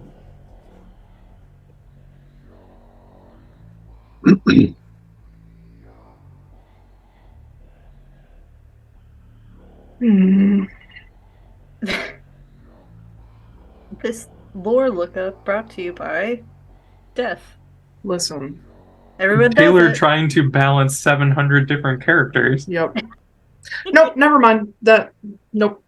Never mind. Somebody else has to do that, not me. Lovely, wonderful. Okay. So it fails. So it fails after making and- him roll 4 dice. Sav sighs heavily. Real quick before that, I'm gonna get to hand out 3 different advantages because of the silvery barbs, even though they all failed. So I am going to give that to Real Christmas. I'm gonna give that to Simulac Christmas, and I'm gonna give it to Sala, so that I remember that. You so get to take care of all of those. Yep. But Sav sighs, and he disappears. Well, it was worth a shot. And then he reappears, probably 120 feet away, on top of a spire of ice. And his voice still projects to you all. He says, "Now, I wanted to have a civil conversation. A genuine final parley to see if we couldn't prevent some damage and death today." Taiylor, I know you love your villain monologues, but Christmas just starts shooting. Why do you guys never let me have my thing? All right. I was going to say, Koop, I literally hate it. Every time that somebody does that in our campaign. Yeah. And now you're going to do it to Taiylor. All right, everybody roll initiative. Everybody But roll also, initiative. like, let's be real. That's yeah. I kind of want to hear what it was. Nope. Too late. Yeah, I do too. Christmas. All right. Next time Koop does something, just interrupt him. Yeah. Ash has already been doing that the whole day. Oh I mean, my that's- god. Oh my god, you guys, stop being at each other's throats. It's just a game. All If you right. think Says this the is person serious- upset that they didn't get to monologue. Well, Yeah. that's because it's like my thing. Monologuing? Yeah. Have you never, like, I don't know if any of you guys know this. I imagine that the DMs, the people who've DM'd before do, which I think all of you have before. Yeah. But I monologue, and I do that shit because it's like the thing that I get to do to say goodbye. Yeah. To either the people I'm about to kill or the character I'm about to lose.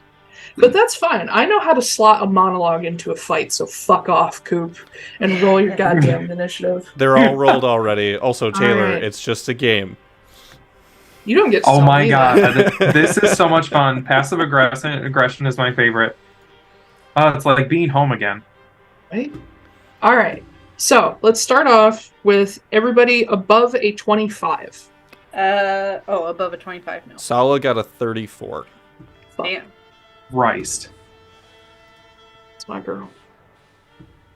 Everybody above a 20. Vesper got a 23. Walter got a 24, and Magda got a 21. Oh, wait, I'm sorry. Your NPCs are going on your turns. So, hold on. Oh. Let me No! Let me rearrange this. That's so bad! Sala and the Christmases are going on Sala's turn. Okay. Do you want us to take the highest roll then? Yes, but I've already got yours. Okay. So Okay. Walter and Magda, Vesper and Foostrak. This is just blocking so I can actually keep track of this bullshit. Okay. 15 to 20. Ben, what's your highest? 17. Who was that? Hit. Okay. Alright, now let me roll mine. 47. Jasper.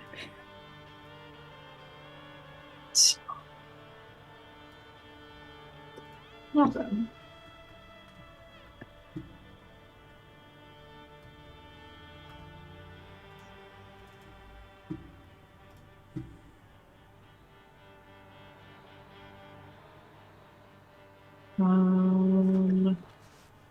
Olgar.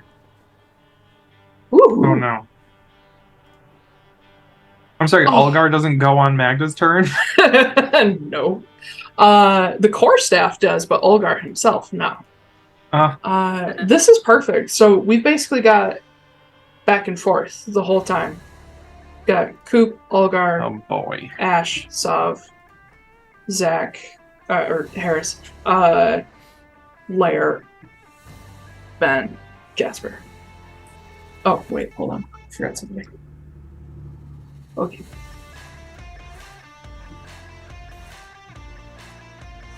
The fuck is the name of this thing again? Speilsjø. That's what it was. Alright. Okay. Is everybody ready to be civil and try to kill each other? Maybe. Okay. Put that on a fucking shirt. Yeah, let's kill each other like civilized men, like Andre the Giant in Princess Bride. Alright, so the first to go are the Christmases in Sala. I would like, however, who has the highest perception between Christmas and Sala? I think it's Sala. It is going to be Sala for sure. Okay, roll me a perception check.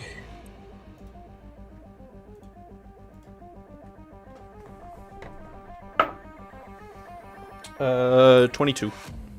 Okay, so assuming this is all happening at the same moment, that Christmas draws and fires, I assume, with the ace. Yep.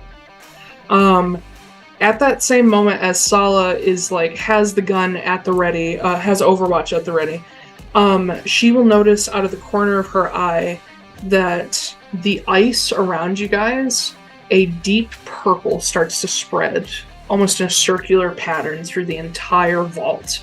And all of you will see this because it's much less subtle. The Lake of Souls, this giant sphere known as Speilsjø, starts to warp at the edges, like things are pushing at the boundary. Oh god. But go on with your turn. It's like an episode of Inuyasha.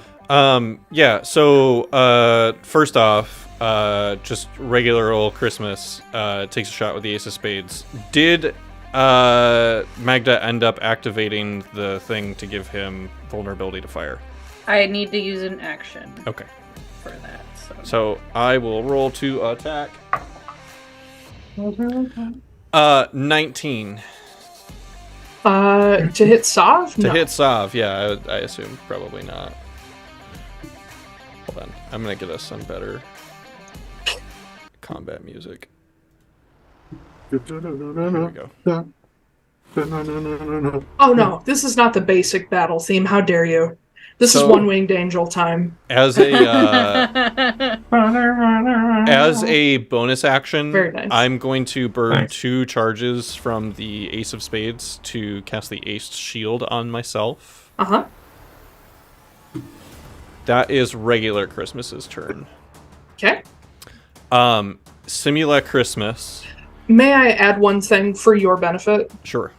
You guys can flip-flop actions, bonus actions. You can have all your characters go at the same time in tandem. Lovely. Okay. You said Sav was 120 feet away, correct? Yes. Cool. As an action, the Griffin is going to dash with Simula Christmas riding it. Mm-hmm. And it is going to fly 120 feet to Sav. And just double check a couple things here real quick. Just because we have to see if it will actually work. Again, Has literal One-Winged Angel playing in the background. I would love to play that while we're doing this. Yeah. But I can't use monetized music. I've always been more of a Genova complete kind of person. Yes. Don't worry, that'll be another time. Simula Christmas is going to attempt to cast Bind Shape Changer on him again. Okay. Do you want me to roll to hit? He is. That would be an 8. So I used No. the 8th level spot for nothing. Got 2 more tries. Or somebody else in the group. 2 other people have a try. Yeah. Vesper and Kit, I believe. No, Walter has it too. Does Walter have it? Uh-huh. Okay. So that was an action. As a bonus action. There's too many things. There's too many things. Too many things. Should we not have a map? Oh shit, I'm sorry. I forgot all about it. Oh, I remembered that, and then I forgot to say anything because there's too much going on. I made so many maps, and we didn't look at fucking any of them. And like, you guys passed through them, but I just forgot. Oopsie. Okay. So this is not exactly what the area looks like, but it's as close as I could find.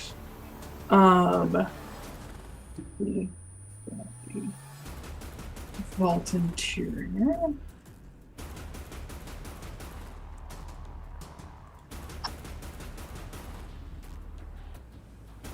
Okay. Which, by the way, shout out to Angela Maps on Patreon. Thank you.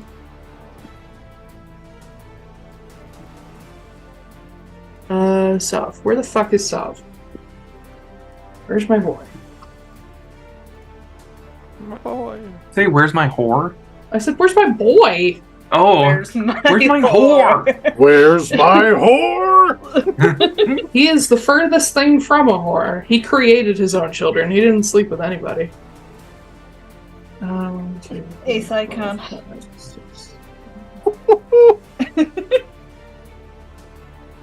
Okay, so the only way I can't really get Sav 120 feet away with this. He's gonna be there. This'll do.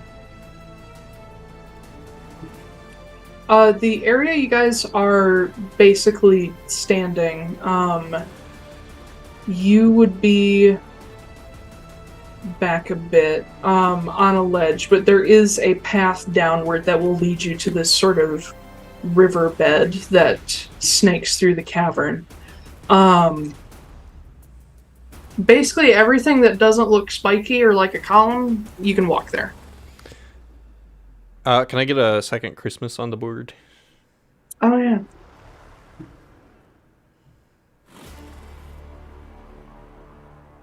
Let me edit him real quick. The Griffin will end up using the rest of its movement speed to fly 40 feet away from Sav. It has 80 feet normally, so with a dash it has 160. So I'm going to put him right there.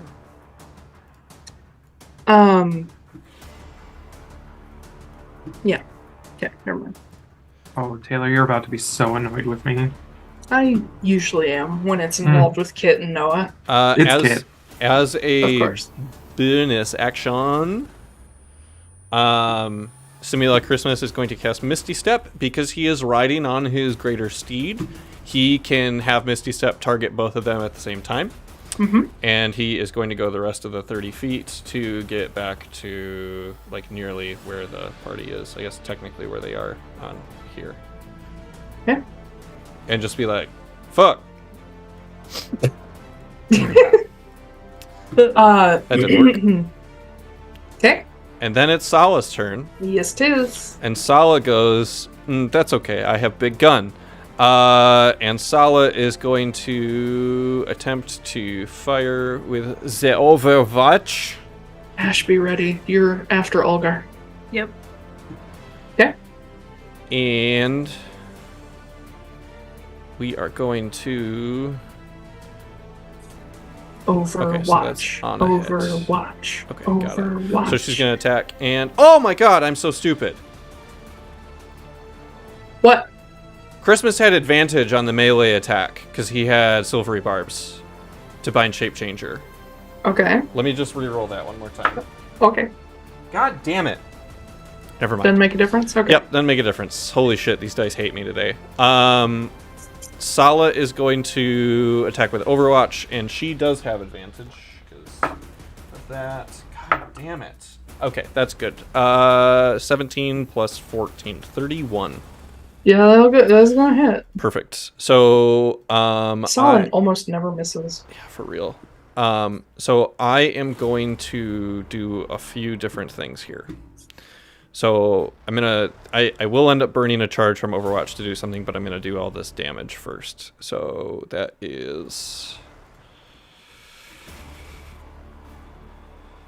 Okay, so 3d10 is 3, 7, 19 plus dex, 19 plus dex, 24. So 24 points plus 10 radiant. Mm-hmm. Plus sneak attack, because she had advantage. Mm-hmm. Which is... Jesus Christ, she's 5d6?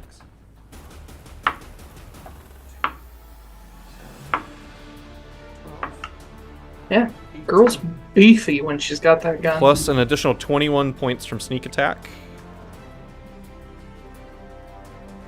And I, just because... Why the hell not? Mm-hmm. Best thing to say. I am going to burn a charge to use the raw magic school ability. Oh. So I'm gonna roll on the wild magic table. I have a special wild magic table for you today. Let me grab it. Don't love that. What? I rolled a 2. Rolled 2. Wow. Yeah, I know, right? The double zeros kind of threw me off a little bit. Roll 2 more times. Oh no! Oh boy. And if you get another 2, roll another 2 times. 2, 82, and 42. There are 9 more numbers on you that you can use. You just look at it, it's all 2s. So I'm sorry, what were the final rolls that weren't 2s? 42 and 82. 42 and 82. Gotcha. Alright. Okay, so for the 42... God damn it, regular Christmas had advantage on his attack, too. I gave myself silvery barbs on all that shit, and then I forgot about all of it. Roll me a d10. Okay.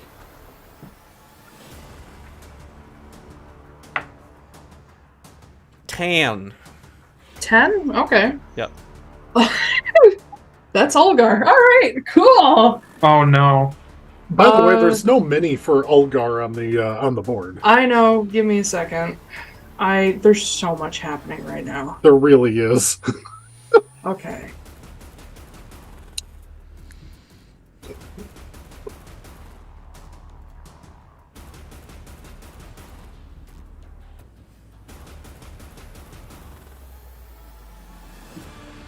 Okay, so that takes care of the 42. You don't see any changes around you. You said 82 is the second one? Yep. Ah, come back.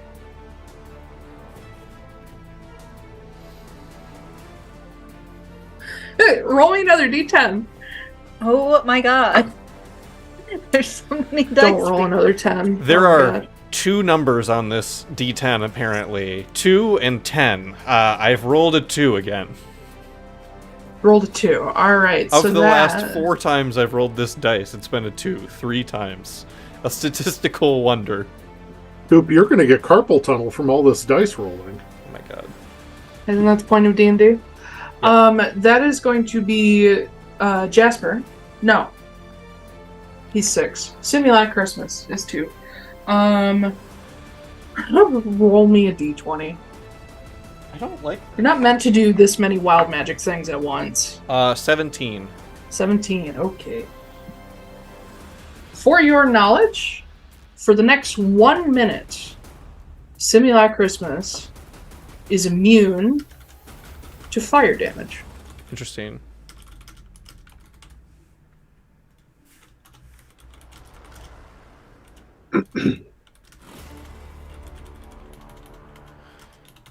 Can we...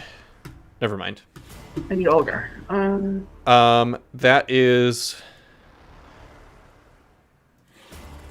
Taking a, Hold on.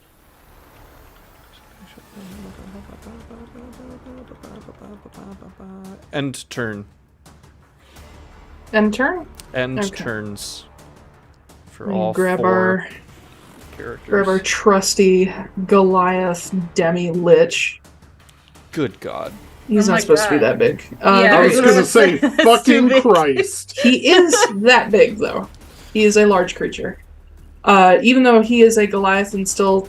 As a Goliath, he would be medium, but he is a large wraith. So I'm making him Gwyn-sized. Been a while since Ash and I saw him. Right? When there's a pause, if you bitch. want to throw a griffin on there too. Oh, God. Yeah, I can. Oh, just you wait. I feel like Roll20 is going to crash. No, No, it it'll be won't. fine. I cleared out my cache of images a while ago. I've put Roll20 through much more difficult shit than this. Are there any decent Griffin images? The background on this is 1 image as opposed to 300 different small elements that I put together into some kind of boat. Yeah. You should have just asked me. I have the layout of a boat. Yeah, but the Nebuchadnezzar is significantly different than most boats. Okay, so there's an image of a jade griffin. I'm just going to use that because I don't Perfect. care to search. It also is a large creature. I know. You look I'm great. just going to use that. Can I also... Oh my god, that's a horrifying idea. Yeah. Can I also have control? Oh, perfect. Crushed it. Okay. Olgar's turn. And I'll tell you for free, the wild magic effect you just gave him is double damage. Oh, that might not be good, though. So Olgar, for the first time kind of detaching from Magda, he doesn't, like I said, his lower body fades into nothingness, but he sort of strides forward and he reaches into the air. And Magda, you still have the core, but you watch a crystalline staff extend in his hand that looks exactly the same, except that light that runs from one end to the other back and forth in his hands is blue, and it starts to move faster and faster and faster.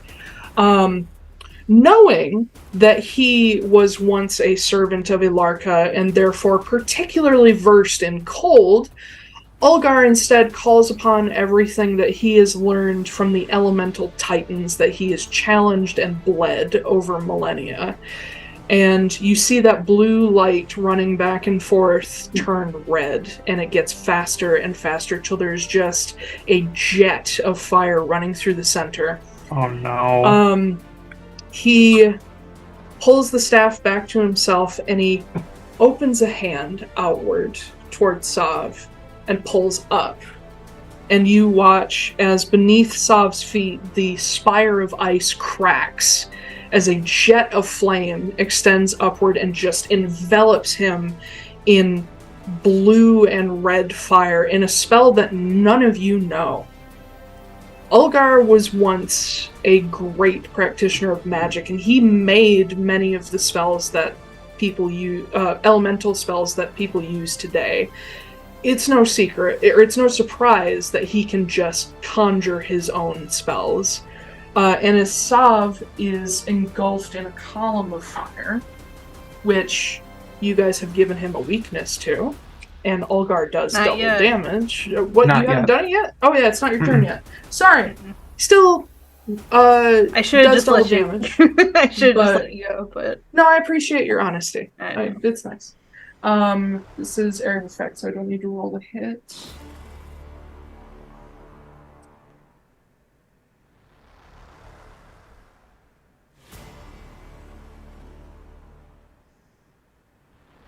Okay.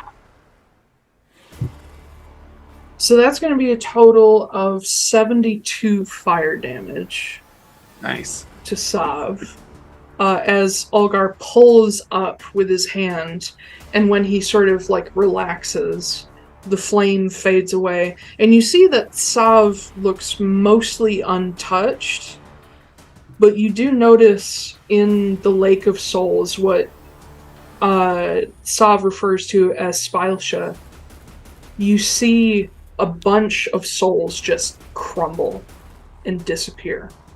I knew it. Oh, Fucking, no. I shouldn't have been talking to you that we were watching Inuyasha. God damn it. This is already planned ahead. It's not. I mean, it probably was inspired by Inuyasha in some far-flung year long ago. But, yep. All right. With that, Olgar is then going to use his bonus action. He turns back towards the Nobodies, and you see him consider for a moment whether he actually wants to help you. And you see him glance up at the Lake of Souls. And he reaches out a hand, I'm gonna say toward... He's not gonna help Kid or Vesper. He's gonna reach out toward Noah. Uh-oh. Ben, you may give yourself not bardic inspiration, but inspiration. That Oh, allows like you the can re-roll can roll with advantage, basically. on Once. anything I want. Okay. Just once, yep. Okay. Anytime you want. This is Uh, the first inspiration given this whole campaign. I know, because it's part of what the core does. Mm-hmm. And also, I am going to employ inspiration at least a bit in Campaign 3. I remember you Abria- giving us hero dice in the old one. I love that. Yeah, I wasn't a fan of the hero dice system. I like Abria Irongar's way better. Yeah. But yeah, You have a point of inspiration. That'll do Ulgar's turn. He's just going to scooch over here a bit. That'll be Ash's people. Okay, so first off, since Walter technically went first, I'm going to take Walter's turn. Well, too bad. I'm going to do it. Okay. So Walter is going to bonus action Misty Step to... Hold on, I'd had this figured out. To... right there. Beep. And then he's going to move his movement to right there. And then he, as his action, is going to cast a benign transposition. Ooh. So he is going to teleport and swap places with Sav. So he is going to be up on the spire, and then Sav is going to be back down here. Damn! Mm-hmm. Alright, is there a save? I don't think so. Nope. We just swap places. Does it say a willing creature? It says... Oh, medium willing creature. Okay. Shit. Well, then I guess he doesn't do that. Hold on. It could to be cool, could he make a save or something? D&D works. Where are you finding this spell? It's on his list. I didn't add it. Is he benign transposition? You don't have to get offended. It was a genuine question. I know, but I'm just saying I didn't add it. Oh yeah, I see it. Mm-hmm. I didn't see the willing though, so.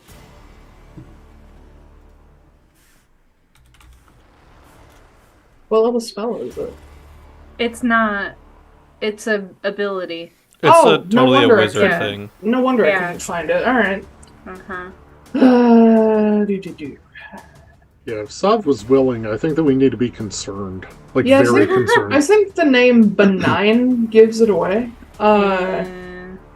So I won't waste your action on that, but no, you can't do that.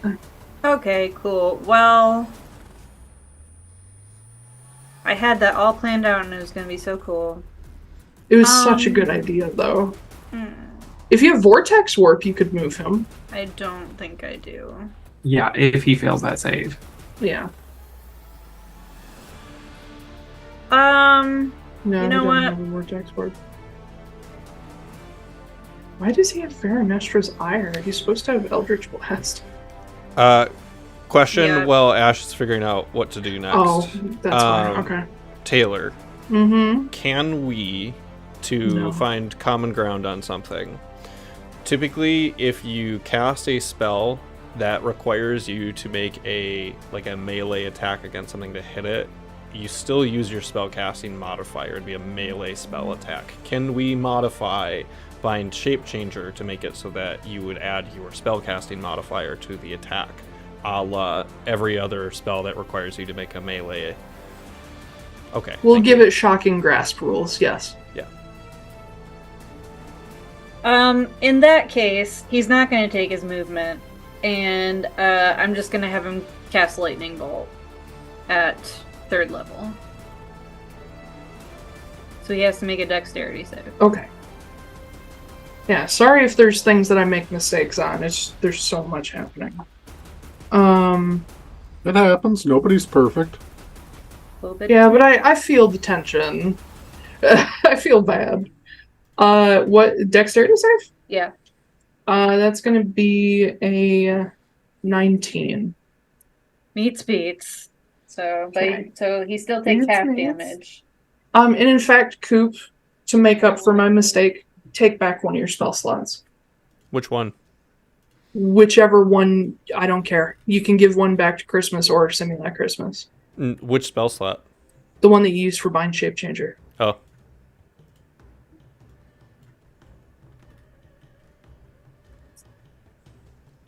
Sorry, math. You can have back one of them. Thank you. But yeah, I don't want to be unfair by leaning into my fuck up. 24, so he takes 12. 12 lightning damage. Woohoo. He is Shakada. This was at Sav? Yeah. Okay.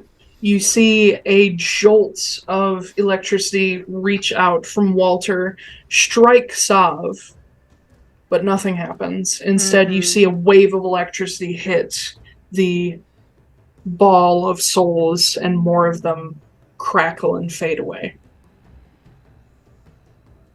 Okay, and then Magda is going to bonus action activate the magpie tattoo, wings come out.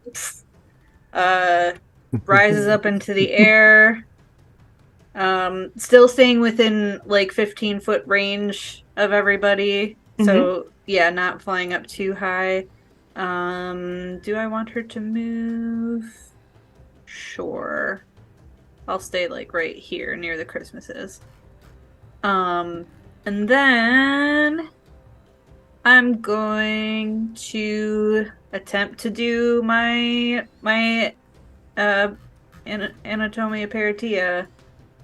So he's got to make a wisdom save. He's real good at those. I know.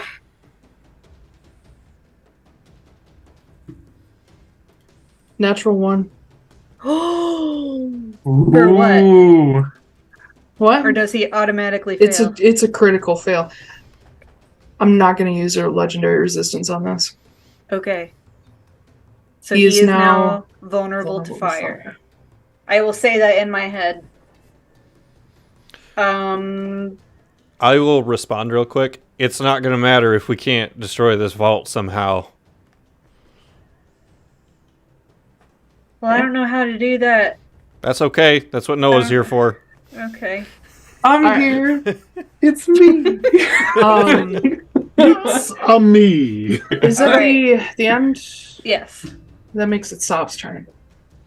boy. Sav, at the beginning of his turn, straightens his jacket and reaches behind him, and you see a soul pull out of the Speilsjø and land in his hand. We are all sorts of huddled up. And as he's holding it, you see him pull something from his pocket. It is a flat disc of obsidian. And you see him hold it up to his face, and he looks directly at Foostrak, and he says, "Take them." And he puts it back in his pocket. And with that, he casts this soul toward you all. And you see that it is not just one soul, it is a collection of unfamiliar faces, and like all of them twisted in horror as this sails out toward you. Indeed. Measuring tool. Come here, god damn it. I have a question. Was Walter standing right there when he did the lightning bolt? Apparently. Was there any reaction from the core? Because he's within 15 feet of Magda? I was not within 15 feet of him at that time. Oh, Yeah, yeah, she you were moved. back here. I Yeah. forgot. Uh-huh. Okay. So I need basically everybody in this space. I need everybody except for Magda, Walter, and Olgar to all make dexterity saves. I assume that I can see this effect. Yes. Okay.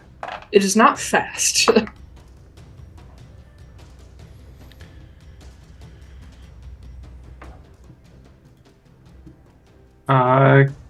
Kit rolled a 14.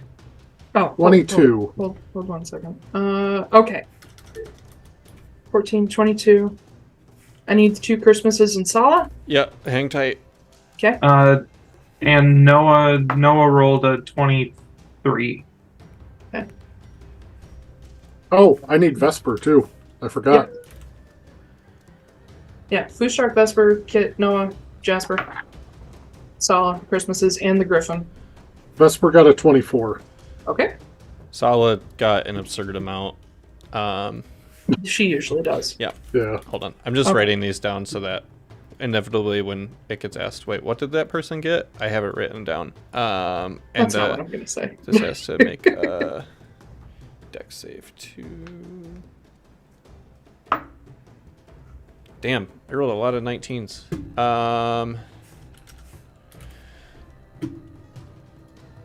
Sala is going to chronal shift Sim Christmas's save. Okay. Which, may have actually done something, but knowing your save DCs, probably didn't. Regular Christmas got a 25. Mm-hmm. Sim Christmas got a 21. Mm-hmm. Sala got a 30. And the Griffin got a 21. Okay. I kind of feel bad because you just missed the DC with Simulacrum Christmas. Yeah, I'm sure. Everybody got a 22 or over. Takes 50 necrotic damage. 5-0. 50. 50. Okay. Oh my god. Everybody who failed, 100 damage. Oh my god. All right. The Griffin and Simula Christmas are gone. Holy shit. Well, that didn't take long. Wait, I killed the Simulacrum? Yeah, he was in 94 hit points. 100 damage is enough to one-shot a lot of characters. The temptation to say that's for Halen just popped into my head, but I'm not that cruel. No. Halen's still alive. Halen's fine. Yeah, Halen did Halen die. is alive. You power word killed my guy. Yeah, Sure did. I sure did. But this is not revenge for that. This is happenstance. Well, you have 2 less characters to take care of now, Koop. That is true. So Look on the I bright will. side. I'll take them off the board for you. Okay, Thanks. that just adjusted what I'm gonna do. Oh wait, how's Jasper doing? Okay. Well, kids, we can't leave now. It's okay. You win the fight. Have a sleep. You'll be fine. Sala takes no damage because she is a rogue. That is true. Jasper is down to half health. All right.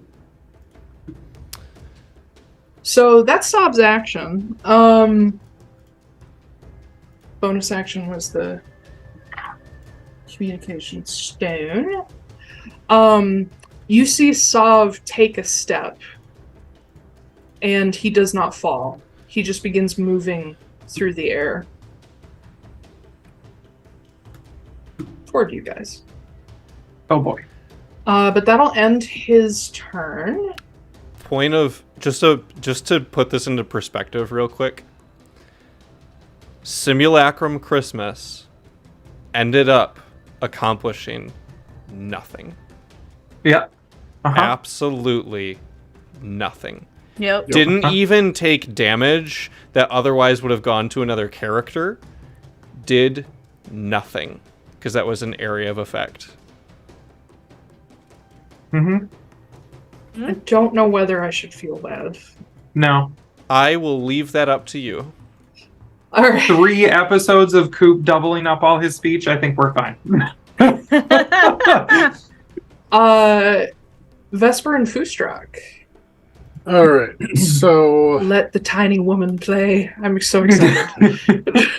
So Foostrak is going to Giant's Might to start. Huh. All right, I'll upsize you. And he is going to rage. Yes, you do. Koop, I see the worry on your face now. I'm not worried. I'm just bummed. Uh-huh. Oh, I'm sorry. That's for interrupting my monologue. I'm sorry, is that for Halen, or is it for interrupting your monologue? I seems said it like wasn't there's for more Halen. things. I said it wasn't for Halen. They did I said there was say the they were temptation. tempted. Why do we hurt each other, Koop? Foostrak is going to move here, Huh? and then Vesper, I need a ruler. Vesper, I need a ruler Phelan. Hell yeah. Vesper is going to launch 2 arrows from the Dryad Sacrifice. You a girl. The first one is a 32 to hit. Oh yeah. Oh yeah. Oh yeah. Mm-hmm. Oh yeah. Oh yeah. And that is going to be 9 damage. 9. Really? It's 1d8 plus 5. That should not be true. Hold on. Dryad Sacrifice. What? Yeah, You and made she's it. attuned. I didn't make this. Oh, This bow is wrong. Okay, I'm really sorry. How much should I be My rolling? god, why is everything broken? Okay, Also, for I accidentally rolled a d6 instead of a d8. That's on me. For simplicity's sake, I'm gonna change this on the fly. Are you ready? Yeah. Okay. Damage for the Dryad Sacrifice is 3d8 plus 5. Piercing. Okay. And it has 5 charges that you can use as part of your action to add an additional d8 of any elemental damage you like. Okay, so it's going to be 3d8 Yes. plus 5. I don't know Okay, how so- I got the wrong bow. This is like... I know how I got the wrong bow. God damn it. This is the pre-upgraded Dryad Sacrifice. Vesper Alright. has the full version. So that's 21 damage Uh-huh. just off the bow. And then I'm going to sink 1 charge into it for fire damage. And that's an additional d8, you said, right? Yes. Okay. Motherfuck. That was a 2, so that's 4 fire damage What's with the him total? being vulnerable. So it'll be a total of 25 damage. Okay. Oh, she gets to attack again, too. Yes. She is Acha. God damn it! That's the second fucking time dice have bounced out of this box. Stop throwing them so hard. I'm not. Also, that really fucking hurt. I caught my finger on the edge of my desk. Oh god. So it's a 28 to hit. Everybody stop having a bad day. I'm sorry. 28 to hit. 20 to hit. Gotcha.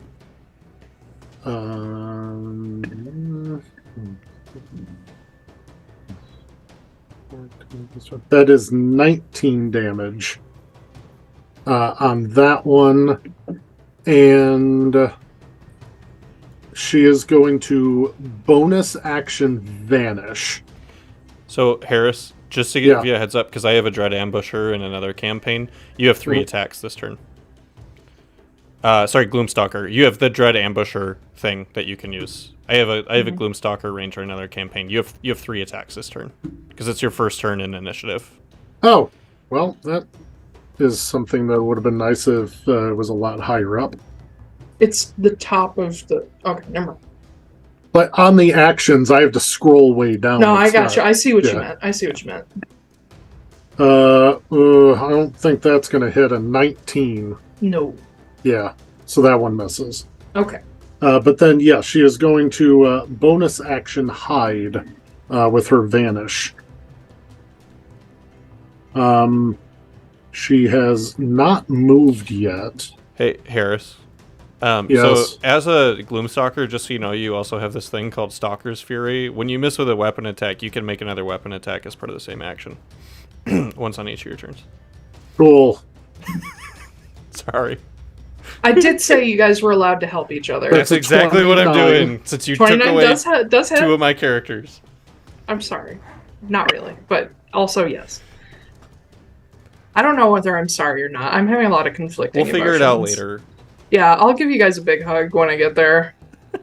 That is 16 damage. That's a very interesting way of saying. Because I almost just left it at 6. 16. Okay. I will say that every time you guys are striking Sav, nothing happens to him. You only see more souls, not very many at all, but more souls just crumble inside the Lake of Souls. Damn it, I'm trying to grab her now. Does it? Because Where Kit's got is really the high Lake of perception. Soul? Does it look like there's something siphoning souls out of there, or does it look like there's a barrier around these souls? From what you can tell, what's Kit's passive perception? God, it's like 22. Yeah. He also Oh. rolled a perception earlier that was higher. I'm sorry, Kit's passive perception is 15. I apologize. Noah's passive perception is 21. Yeah. I will say, if Kit is actually like taking a moment to pay attention to this, I will give you something on your turn. Oh. I will say Noah is doing this too. Like, they're both paying Okay. attention to all this. Okay.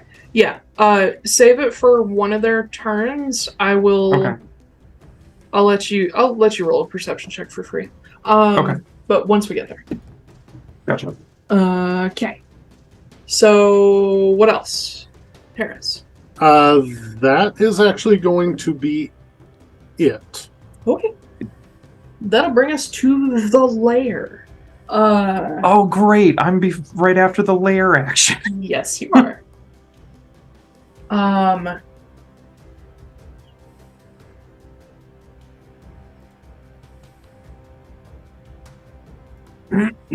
right. As you guys are just firing off attacks at Sav to kick this off, you see that all around you, except like in your immediate area, the ice that surrounds all the obsidian stone, you see like the edges of everything begin to just sharpen and grow a little bit. At the moment, nothing happens except that. But I need to throw a thing in the initiative.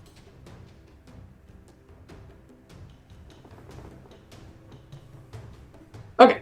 That'll bring us then to Kit and Noah. Go ahead and roll a perception check for whichever character you prefer. I'm gonna go with Noah. Oh, I rolled a fucking 2, so that's gonna be a 13. Mm-hmm. Is that it? Yeah, I'm gonna get my reaction back right now anyway, so I'll flash a genius it up to 18. Good. You needed a 15. So the thing that you notice, now that you're actually paying attention to the sphere, is that you are seeing these souls crumble away from it, but you notice something on the far wall, and the wall to your left and right. And at one point, it occurs to you to turn and look up behind you. And you realize that there's a flat portion of the wall in 4 places that are in like the cardinal directions, all facing directly at the Lake of Souls. And each time souls crumble out of it, you see one of these highly reflective surfaces, sort of like a bit of light flashes across them. But it occurs to you, because you are an artificer, and you are very aware of the uses of certain materials in certain spells. Mirrors are a very common material. They're used in spells, they're used for the actual, like, performing of spells, because a mirrored surface helps make sure that, like, you can get every little grain of your materials without losing them in, like, cracks and whatnot. They're also useful in things like reflecting magic. You're starting to form the idea that these mirrors have something to do with this, whatever is holding this sphere together. Do you share that with everyone? Yeah, I share that across the bond. Okay, wonderful. I tell you guys to shatter the mirrors. The only other thing, you guys have done some research on Sav. Would you make me a history check? Once he shares that, everybody can make a history check if you like. All right. Even Kit? If it helps, everybody. I also would be able to Kit has tell advantage. if these are magical mirrors anyway, just because I have the... You would be able to detect magic. The one directly above you guys, yes, it is. Oh, now you... Okay. Also, Valkyria Vesper has an unnatural 20 on history. Perfect. Vesper also has advantage on this history check. Oh, Vesper. I keep forgetting I'm playing 2 fucking characters. I got an unnatural 30. Okay. Natural 20. Oh. Okay. Both Noah and Kit got 17. Okay. 16 for Vesper. Okay. Well, with the 30 in the group, Christmas, you would be able to communicate immediately that once Noah identifies that these mirrors are part of the equation, you remember something about your attempts to look into Stjernegaard, and you recall something called the Speilsjø, which means mirror lake. And it connects in your head that this is the Speilsjø. I've been referring to it as such, but you guys did not know its name before. But the other thing that pops into your head is there's something else that's supposed to be here. In fact, it's supposed to be under you right now, but there's nothing but ice. There is a void that's supposed to be underneath the Speilsjø, called the Lengemørkt, which means the long dark. It is it's where Sav stores energy outside of the souls. And you're standing above it. You don't know why it's covered over with ice, though some of you have ideas. But yeah, you're starting to connect dots as to what things are and maybe what they're for. But that said, Kit and Noah, go ahead with your turn. Okay. So, my first question is, are you only allowing, like, for things like polymorph, are you only allowing monsters that exist within D&D, or are you also allowing homebrew monsters? That depends on what your idea is. Well, I kind of want to use a homebrew monster, but if I can't, that's fine. I can do it either way. I don't care. I turn into Oppenheimer. I don't know what this monster is, so I can't make a judgment call. Let me link you real quick, because I kind of want it to be fun. Ben's getting fancy. I am getting fancy. If I can count it as a beast or a monstrosity, I might say yes. It's a familiar one. Oh no. Oh wait, dear. Oh no. It's been alive for a long time. Hold on. Give me a hot second. Mm-hmm. God, there's actually a stat block. Oh yeah, there is. It's horrifying. I love it. This would be he's a fiend. Yeah. He's not a monstrosity. It doesn't matter. He doesn't have to be a monstrosity. Yeah, but he's because of the The spell isn't specific. I can turn into anything. Polymorph does say it has to be a beast. It's not polymorph. And I've homebrewed that it can be. What are you using? Right. What's the spell? Shape change. Oh, fuck. 9th level spell. Hold on. Oh, fuck. Oh, shit. Oh, fuck. Hit's doing his thing again. Yep. Hold on. Let me read the spell super fast. Because it does not specify. It just says monster. Yeah, no, shape change literally does let you. Any creature with a challenge rating equal to your level or lower. Oh, God. Challenge rating 18. Yep. Oh, I did my research. I cannot find a reason to say no. Cool. Please describe the emergence of this creature. I have a second piece that I need to ask. Mm-hmm. Can Noah, as his bonus action, hand or feed a potion. Can he just hand a potion to Kit as a bonus action? You just hand it over, yeah. Okay, cool. So it wouldn't cost him like an action or anything. It would not cost an action. No, I'll let you do it for a bonus action. Okay. So first thing, Noah is going to use his bonus action to hand Kit a potion that I believe is green, if I'm not mistaken. It is. If it's what I'm thinking, it is. Yeah. And Kit kind of looks at it and he's like, "Take out the souls." And Noah's like, "Yeah, let's get rid of them." So he, but he's already communicated about the mirrors. So, Kit. Noah's gonna go first. So Noah hands him the potion as a bonus action. Noah will lay a hand on Kit and cast haste. Oh God. I love this so much. No. Kit will then Noah's turn. Yes. Taylor, do you see what happens when you put two Bens in a room? Listen, I have attacks that can cause 100 damage in a turn. We'll be fine. So Kit is now hasted. He's already used his he hasn't used his bonus action yet. So Kit, as his first action, casts the 9th level spell Shape Change. And the jade circlet on top of his head begins to glow. And his form No. I'm kidding. Don't you dare. This is this is a deep cut payback to the time that Christmas tried to polymorph Noah to save his life, and he resisted, and he was like, "No, fuck you. I'm not polymorphing right now."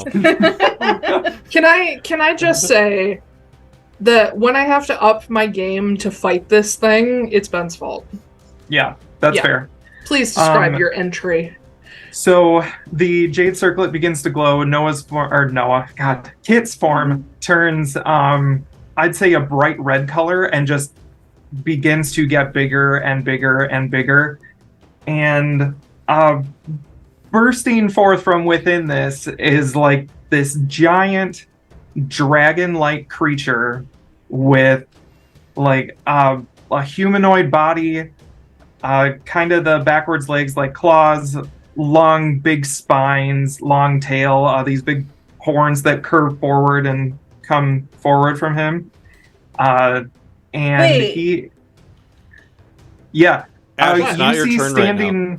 You see standing in front of you is a perfect copy of Ifrit, the Lord of the Inferno. Oh my god. Oh shit!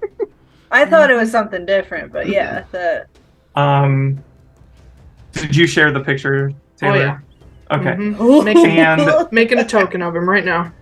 As a bonus action, Ifrit would like to take a growth potion. God. Okay, so he's already. He goes from huge to gargantuan? I believe so. Yes. Which makes him a 4x4. Yep. Hold on 1 second while I get his token in here. We'll scooch Kit off to the side.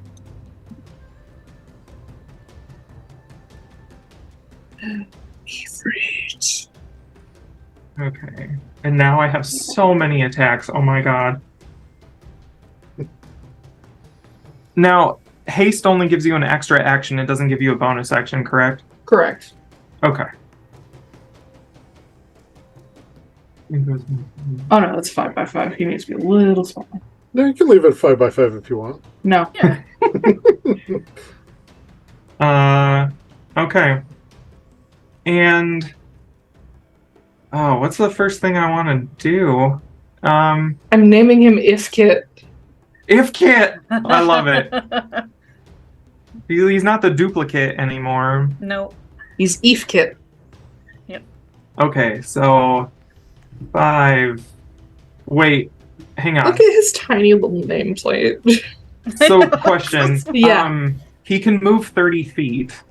Does the 30 feet go from the leading edge of the square, or does it go from the back end? Okay, so 1, 2, 3, 4, 5, 6. This stat block is stupid. Okay.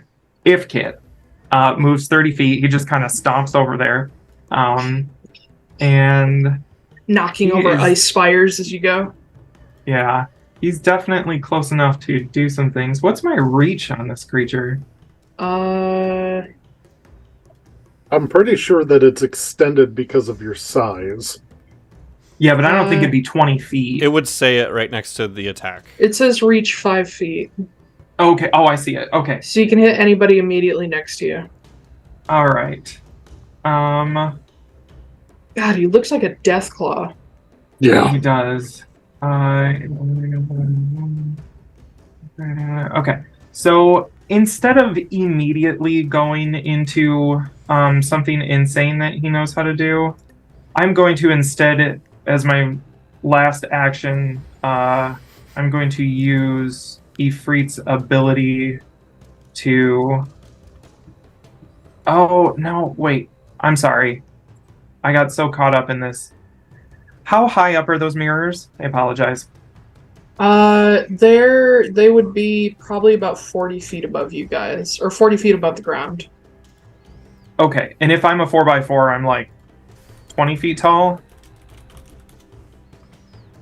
For context, Foostrak is currently 15 feet tall, and he is a large creature. Ben, if it helps, you did already use your action this turn.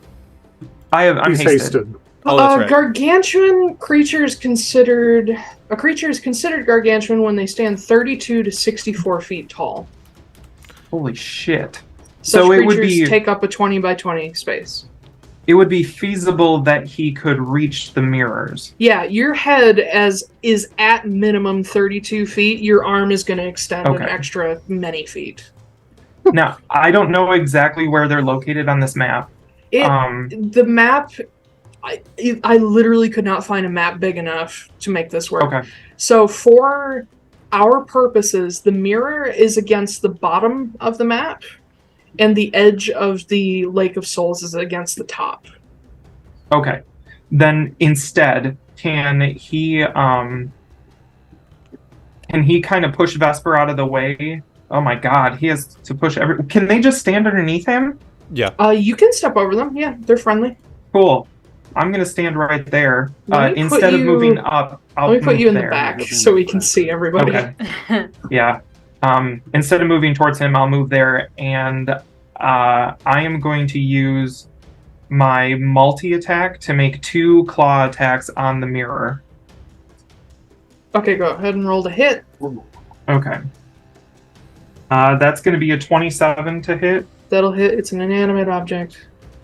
Okay. It's 3d6 plus 10. Or plus 7.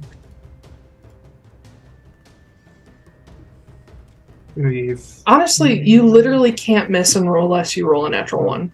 Oh, okay. Okay. That's going to be 17 points of slashing damage. It is magical. Good. Okay. Does it look fucked up, or is it still standing? I'm sorry, how much damage was that again?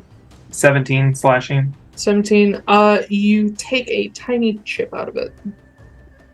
You do see a crack start to form. Okay, well, it's multi-attack, so I'll hit him again. Okay. Oh yeah, that's going to be like nearly a 30 to hit. 11, 12, 19 slashing. 19 slashing? Okay. As you drag your new crazy death claws down this mirror, you do manage to start to splinter like cracks through it. It is still functional as a mirror for the moment, but those of you facing the opposite way will see that the Speilsjø is reflecting some of those cracks in its side. And you see like a couple souls pour out. I believe that is all my chaos for this turn. Between those two. I think so. I don't have any like free actions or anything, so. Okay. I'm glad to see that you had a backup plan to the cold immunity. This is Oh, good. yeah. Well, I mean, I had to find one, so. Yeah. Oh, you did all this research since the moment I said he was immune to cold? Yes. Wow. All right. I'm proud. I'm very proud. Thanks. Okay. Next up, we haven't even finished one round, y'all. We're having High level play. High is- level play.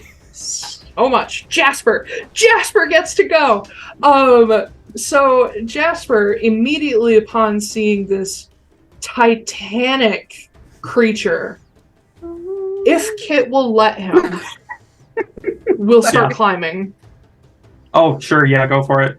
So Jasper jumps up and he like grabs onto some spikes and just starts scrambling up, and you feel him like travel up your spine until he's sitting on that like hump on the base of the neck, and launching himself, he's going to attack the mirror as well. Nice. Which, compared to this 40+ foot tall creature, Jasper is not even 4 feet tall. Mm-hmm. He's itty bitty baby, but he is a glass cannon. Well, he's not even a glass cannon. He's just a cannon. But he takes a flying leap. Yeah, why not? He is going to strike first with his Voyager staff.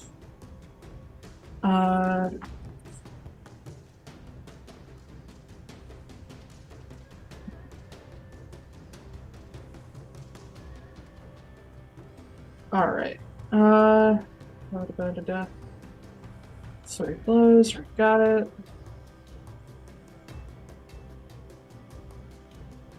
Okay. So he, as he hits the mirror, you see him dig his claws into one of the like claw marks that you left, and like a little baby Ifrit, he just starts fucking bashing at the center of this mirror, hoping that if he shatters the center, the rest of the thing will go. And you see his fist like sink into the icy glass, and again, and he deals a total of 36 damage to it. So as much as you did, which I think is impressive for this little guy. Mm-hmm. But that'll come out to, between the two of you, a total of 72 damage to the south mirror. With that, Jasper, like, still claws dug in, he, like, plants a foot against the mirror and he jumps back and lands on Kit's head. And he... This is just like when Kit rode Kenna into battle. Yeah. I love the reflections going on here. Mm-hmm. But he will, on his next turn, he will be prepared to do some other shit.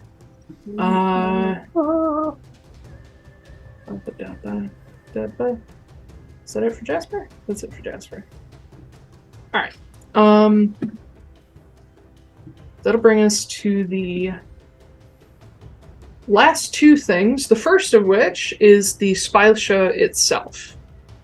You guys see that this rotating sphere that now has cracks, that while the sphere is rotating, the cracks don't move with it. They're facing the south mirror. You see that the blue glow in the center starts to brighten.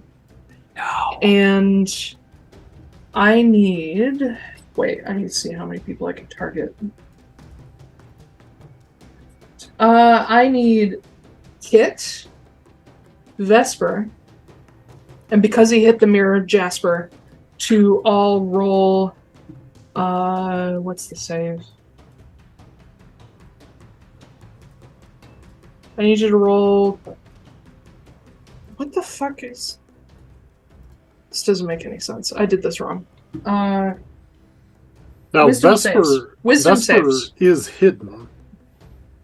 Everybody Yes, has advantage on those saves. but she has been seen before. This moved does after not. she hid, This though. does not require them to see her. Okay. You said a wisdom save? Wisdom save. So everybody has advantage, as far as I know. Ooh, Kit rolled a natural 20. Okay. 25. 25? For Vesper. Jasper's the only one who failed. So the two of you are fine. You're perfectly fine. But Jasper has exactly 100 hit points. Is it disintegrate? Baby! Nope. Power word kill. Kit, you feel Jasper collapse and tumble off of Baby, you. no! And he hits the ground. Oh, no. And his staff goes scattering. And you don't make death saving throws after power word kill, do you? No. Nope. I learned that from Koop. You watch as Jasper's body hits the floor, which in itself, a 40-plus foot drop, is very damaging. Yeah. But you watch as his Jasper-colored, like, orange scales lose some of their color. And you watch a glow start in his chest, and a little star-like ball zooms out and into the Speilsjø. Oh, no. Fuck. Now I can't get him back. Not yet. Well, if we break these fucking mirrors, then maybe. I'm having so many conflicting feelings! I hurt, but I'm also, like, happy. My poor boy. Alright, that'll be the Speilsjø's turn. The last thing is the resolving of the lair action. So I need everybody to make dexterity saves. Even me? I'm flying. How high up are you? 15 feet. No, you Okay. do not. Can I see this effect? Yeah, you did see it start. Yep. Okay. Okay, so everybody get your rolls. You don't have to tell me what they are, because I trust Okay. you. But everybody who has a 20 or better, you're fine. Okay. Everybody who has under a 20, you are knocked prone as the ice all around you shatters. And it does not cause difficult terrain, but you all are dropped like several inches, and it knocks several of you off your feet. And those of you who are knocked off your feet, you're going to take a little bit of damage as the ice digs in. 11 damage, cold damage. And then as those of you who are prone are trying to right yourselves, the ice starts to form back together. Those of you who fell are now considered grappled. So we're prone and grappled? Yes. Fuck. And that's a strength save that Noah's not going to make. I will admit you gave me that idea with Ozdala. Awesome. Yeah. So when it comes to your turn, you can fight the grapple and pick yourselves back up. It's not a hard DC, but it has its uses. That'll bring us back to the top of the order. Let me ask this. We have about 18 minutes. Should I start a new round? Or should we just get as far as possible? I honestly would say probably not. It's a good place to stop. Okay. Yeah. All right. So in that case, let me mark the map up so we know what's going on here. I already know what I'm doing on my turn. Okay. So who is stuck in the ice? Me. Walter. Me. Okay, Or Noah. What? Walter. We're gonna give. When I say him- me, I mean Christmas. Okay. Yeah. I'm gonna put a blue dot. Christmas. Noah's stuck. Yep. Who else? Walter, Walter. Christmas, Noah. Anybody else? Yeah. No? Okay. Oh, Vesper. Sorry, Vesper. Vesper's stuck. I keep Gotcha. forgetting that I'm playing two characters. It's so unusual for me to do that. Ulgar is unaffected because he does not touch the ground. Alright. Wait, I have a reaction, and I haven't even taken my turn yet. Hold on. Okay. I get a 15. I guess I have one too, don't I? I'm just gonna add a bardic inspiration to this roll real quick, just to see if I can get over the 20. Okay. If you're doing that, I'm going to add a flash of genius, and I am no longer prone or grappled. I literally got 220, so never mind. Christmas is not. Okay, so it's just Walter and Vesper. Yeah, Vesper, I don't believe has anything. I'm literally about to get my reaction back. It would have been stupid for me to not do that. Hold on 1 second before we wrap.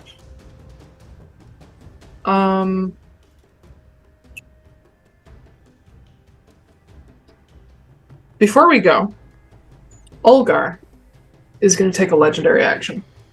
Ooh. Just because I want to end this on a bang. Can I follow up by also taking a legendary action? Do you have one? No. Yeah, you're not that big of an archfey yet. Olgar, seeing the strategy here, and also knowing more about this place than he's let on, he has been ignoring the Speilsjø, and now seeing that it seems to feed into Sov's health, he also turns his sights on the mirror.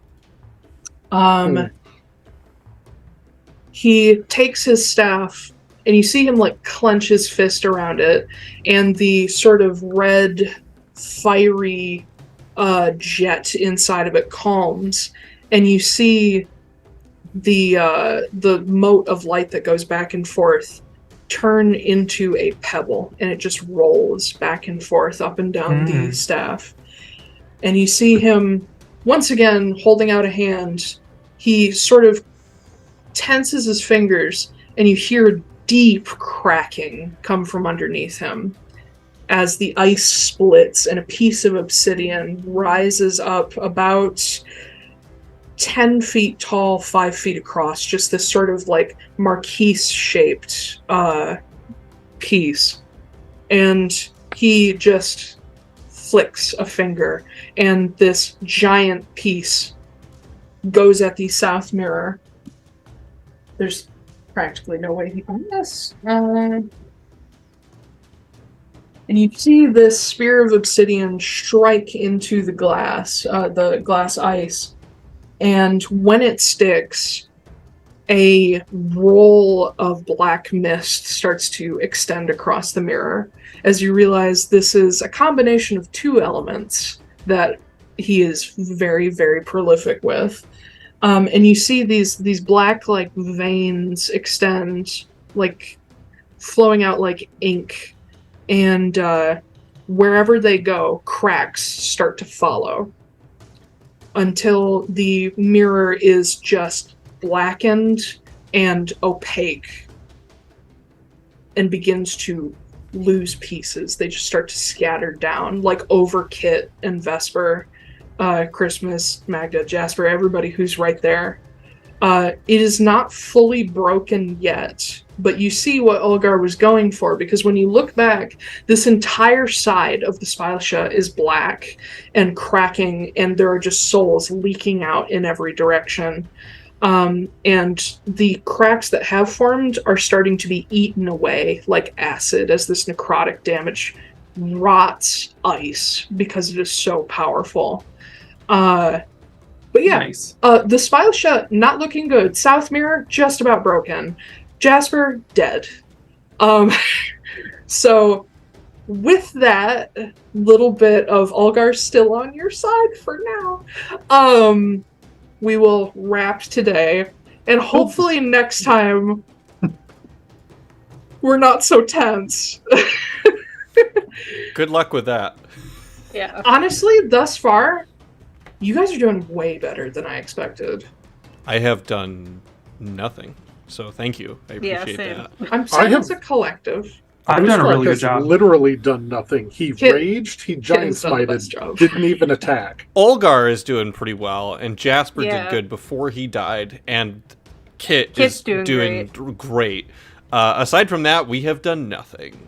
Yeah. But You figured out the mirror thing.